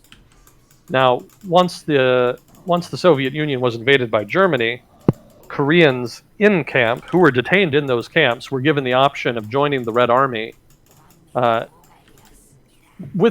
the promise that the Soviets would later help them achieve an independent Korea. That was the quid pro quo. Join the Red Army and help us fight, and in return, we'll help you fight Japan later. And there was a number of Koreans who had been detained in the battle, so they were able to get a decent number involved in the Red Army. So this Korean guy who had been captured, actually agreed to do that. So he fought with the Red Army on the Eastern Front, where he would then be captured by the Germans. So the Germans then, like they did with a lot of POWs from the Red Army, would force him to labor for them. They would make him a slave, basically. And what they would do is they would force him to work on a big infrastructure project they had in Western Europe called the Atlantic Wall. And you can probably guess where this is going. This guy was assigned to the part of the Atlantic Wall on Normandy. And guess where he was in 1944? So he was actually at Normandy during the D-Day landings. And like a lot of forced laborers, he was actually forced to fight for the Germans. It wasn't unusual for slaves to be given guns and basically forced to fight against the Allies at different points. In this case, at Normandy. So this guy was fighting, I think he was manning a machine gun nest during the D-Day landings, whereupon he was captured again, this time by the United States. So by now he's fought for, 3 separate armies. Been captured 3 separate times. Now that he's been captured by the U.S., he gets sent to a prisoner of war camp in the United States, because that's where the U.S. sent its German POWs. It had a series of POW camps deep in the Great Plains of the United States. It did that because that was considered a pretty secure place. I mean, the United States is a huge country. The Great Plains is a very remote area. So if you escape a POW camp in the Great Plains, where are you going to go? There's not a lot of wiggle room when you're on the continent, like when you're on the North American continent. So it was considered a safe place for a POW camp, and a lot of German POWs were sent there, and this Korean guy ended up there himself. And so he basically just stayed there until the war ended, whereupon he was finally shipped back to Korea. So it was a pretty amazing story. I think some Koreans actually made a movie about it. I don't remember what the title was. But it's pretty amazing. Suffice to say, he traveled all the way around the world and fought for all these different armies. It's pretty wild. And it really illustrates the degree to which the World War II was an international war, encompassing many different peoples and political ideologies, all kind of fighting against each other and for each other at different points. It's a pretty wild story. So one final note here, some trivia basically, Navajo code talkers. So for those of you not familiar with Native American tribes, the Navajo are one of the major Native American groups in the United States, and they're one of the few that's kind of really survived such that their culture and language has been maintained. Not in great shape these days, but at the time, there was still a good number of them. And what the U.S. Navy and Marine Corps figured is that they could use Navajo speakers as code talkers. They could use them to send encrypted messages. Mind you, this was in addition to the traditional encryption methods, which were difficult enough to break. But if the Japanese were able to break those codes, they would face the prospect of having to interpret Navajo language. Because what they would do is they would put Navajo speakers in positions to send these messages. And they would send them to each other, decrypt them, Not only in using the language, I'm bungling this explanation, but basically the Japanese couldn't understand Navajo. So that was the thing. Even if they could break the code, they couldn't understand the Navajo, and so that made it kind of an unbreakable code. So that was a very useful communications mechanism for the Allies in the Pacific Theater, which is where I think they were specifically used.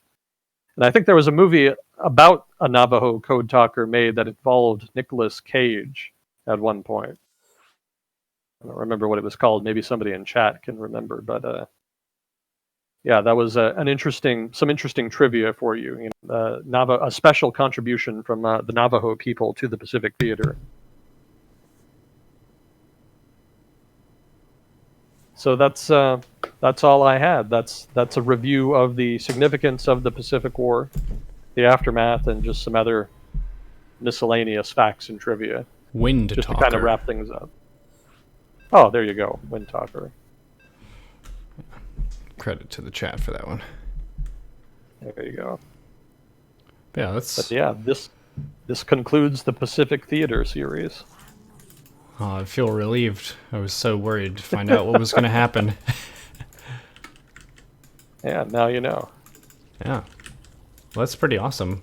I like this format. It is more work for you, I think, than the standard question and answer stuff, but it does allow us to establish more of a foundation of lore and history and things like that that end up being more comprehensive. So if you've seen all of the Pacific Theater things, I think it's going to be about 6 episodes spread across 7 videos because the internet went down once in our last one.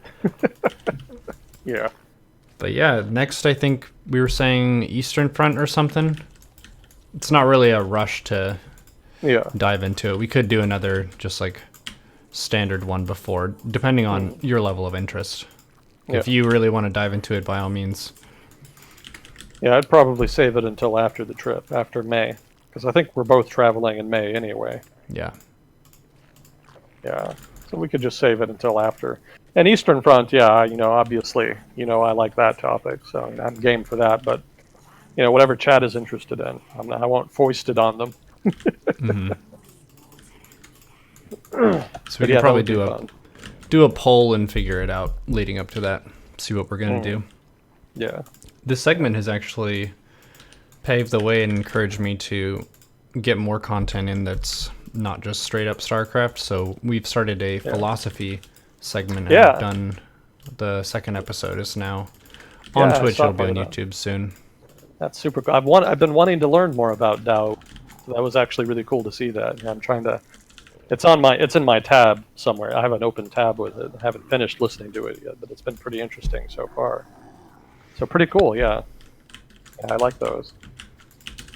One thing that Kuki and I had talked about some was the general desire to learn stuff, and different people have different appetites, you could say, for how much new material they need to learn to feel a sense of fulfillment in their life. But definitely for me, and I think anyone who has some job that involves a lot of repetition, it's good to get outside your comfort zone and learn something that you didn't know previously. So the Agent Smith time and stuff like that helps me feel refreshed and also not trapped in a box where I'm the StarCraft monkey who pushes the buttons and stuff. There's a lot of fun and entertainment value in that, and I definitely still enjoy what I do, but there is definitely something to be said about expanding your knowledge base a little bit. Yeah, I get that too. That's one of the reasons I like doing this, because I get to it's an excuse to go and learn things. Basically, I get to kind of go out and learn different things about different parts of the world and history and economies and whatnot. So, yeah, super fun. I've gotten a good feedback too, and I think one of the best sources of this feedback is people who start out as trolls and then they change their tone. So for both this one and the philosophy discussion, you'll get the occasional person who comes in and they're like, what are the credentials of these guys? Are they experts? And then we're like, not exactly experts. We're not the most decorated people to talk about stuff, but there's enough intellectual honesty, you could say, there of our ignorance that it ends up being a fun conversation even for the experts.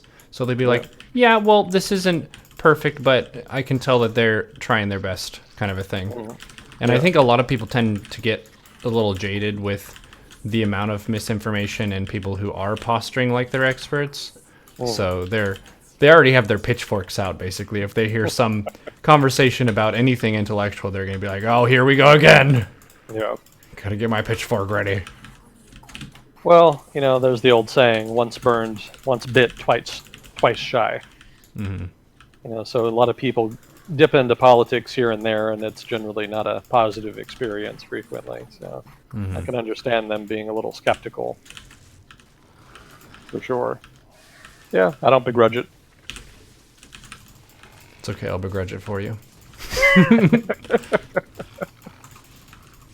All right. So what's the plan now? So you're basically good. I'm in the middle of a game. We could do a wrap up after that, but if you had any final thoughts until this brief episode has reached its conclusion. This Zerg versus Zerg. It's just a bunch of space dinosaurs biting each other viciously back and forth. Gotcha. As you do. He did say in the Dow episode that we could potentially do some episodes on the philosophy of some games. So certain games that go deep into philosophical concepts.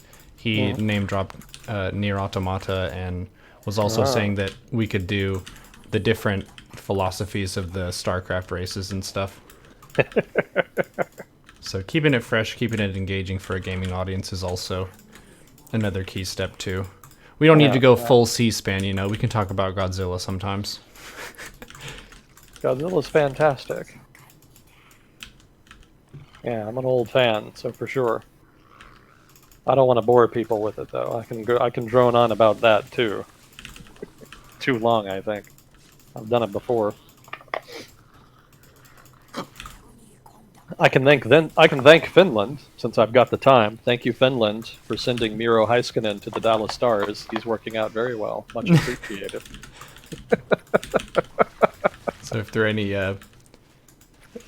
hockey agents in the chat, well, know that your work is appreciated. Yeah, playoffs are going on right now, and the Stars are kind of overachieving right now. So. How's the Vegas team doing? Because I know they made it to the Stanley Cup, last year? Yep. Yeah, they made it to the Cup final. Got steamrolled a bit by the Washington Capitals, getting their first Cup win. But they still may have done well enough to get a Disney movie. Oh, God. Oh, God. Not again. Disney had their chance. They had their own hockey team. You know about them? Oh, yeah, the Mighty Ducks. The Mighty Ducks of Anaheim. That was owned by Disney. Started by Disney, too. That was an expansion team specifically bought by Disney to be a vehicle for those movies, as well as advertising generally. And I guess for Disneyland, since that's in Anaheim. Yeah, if they were going to do a movie, they would have done it for them. I don't think the Golden Knights have that. But yeah, the Golden Knights, they're doing pretty well. They're actually back in the playoffs, and it looks like they might make it to the second round. Bit surprised. You'd think after overachieving last year, they'd do a little worse this year, but doesn't seem to be happening. Yeah, Weird team. I was reminded of something miracle. It's when the U.S. in the Olympics faced the USSR or whatever, and ended up not being able to field their pro players, but there were a bunch of pro players in the Russian team or Soviet team. Yeah, Miracle on Ice, Winter Olympics, 1980, Lake Placid. Yeah, that was.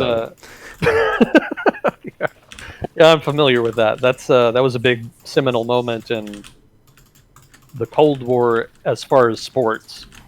In so much as sports are relevant to the Cold War, that was one of the big moments. It was the most important key battle of the Cold War. Yeah, that was back then. The way it worked is that the Olympics only allowed amateurs to play, to participate. They're not supposed to allow professionals. Technically, that rule is still in place. So what happened was professional athletes from the United States were basically barred from participating for that reason. But the Soviets argued that their professional athletes did not play in professional leagues and hence were amateurs. So as a result, all of their best players were able to participate. They aren't that professional. Yeah. Yeah, it was complete bullshit, but everybody let it slide. And as a result, the Soviet hockey team won like 20 gold medals in a row or something ridiculous like that. Mm-hmm. And so in Lake Placid, they faced, once again, just a team of amateurs. And basically, when I say amateurs, I mean that these are hockey players who are college hockey players. They play in minor leagues, stuff like that. So, they're not like the big NHL players. And this is Team USA, too. So this is not Team Canada. Team Canada had amateurs, too, but the quality was higher. Team Canadian hockey players are generally better, or at least more numerous than American hockey players. So Team USA was not the favorite to beat the Soviets, even if you did think that they might have a chance, which nobody really did. So they upset them. That was the big thing. It's a little different than in the Olympics. In the NHL, it's best of 7 in the playoffs. You play best of 7 best of 7 series of games. Mm-hmm. But in the Olympics, you just play one game, and then whoever wins wins. So it's a little different. But yeah, Team USA was able to beat the Soviet national team and win the gold medal that year. Actually, I take it back. They beat the Soviet national team, and then they had to beat, I think, Team Sweden or something to win the gold medal. Nobody talks about them beating Team Sweden, which was also super impressive, mind you. Swedes almost always ice really good hockey teams in the Olympics. So that was also impressive. But the Soviets, that was more significant because Cold War. Yeah, it was more of a political statement. Yeah, exactly. Not just a hockey statement. Yeah, so it was a huge upset. It was meaningful politically, and so that ended up with all the media attention, and a movie. A couple of years ago, they made a movie about it, Miracle on Ice. Yeah, it kind of fits the sort of joke about why couldn't we decide wars over a game of cards or some sport or something. And yeah. It's not like it's decided over that, but it does make an impression, and I think for propaganda purposes, it can rile people up and stuff. Mm-hmm. Yeah, total non sequitur, but that actually reminds me of a movie I watched way back in the mid-90s. Mid-90s movies were bizarre, but fantastic. This was a B movie, and it was set in a post-apocalyptic future of some kind. I don't remember exactly what the context was.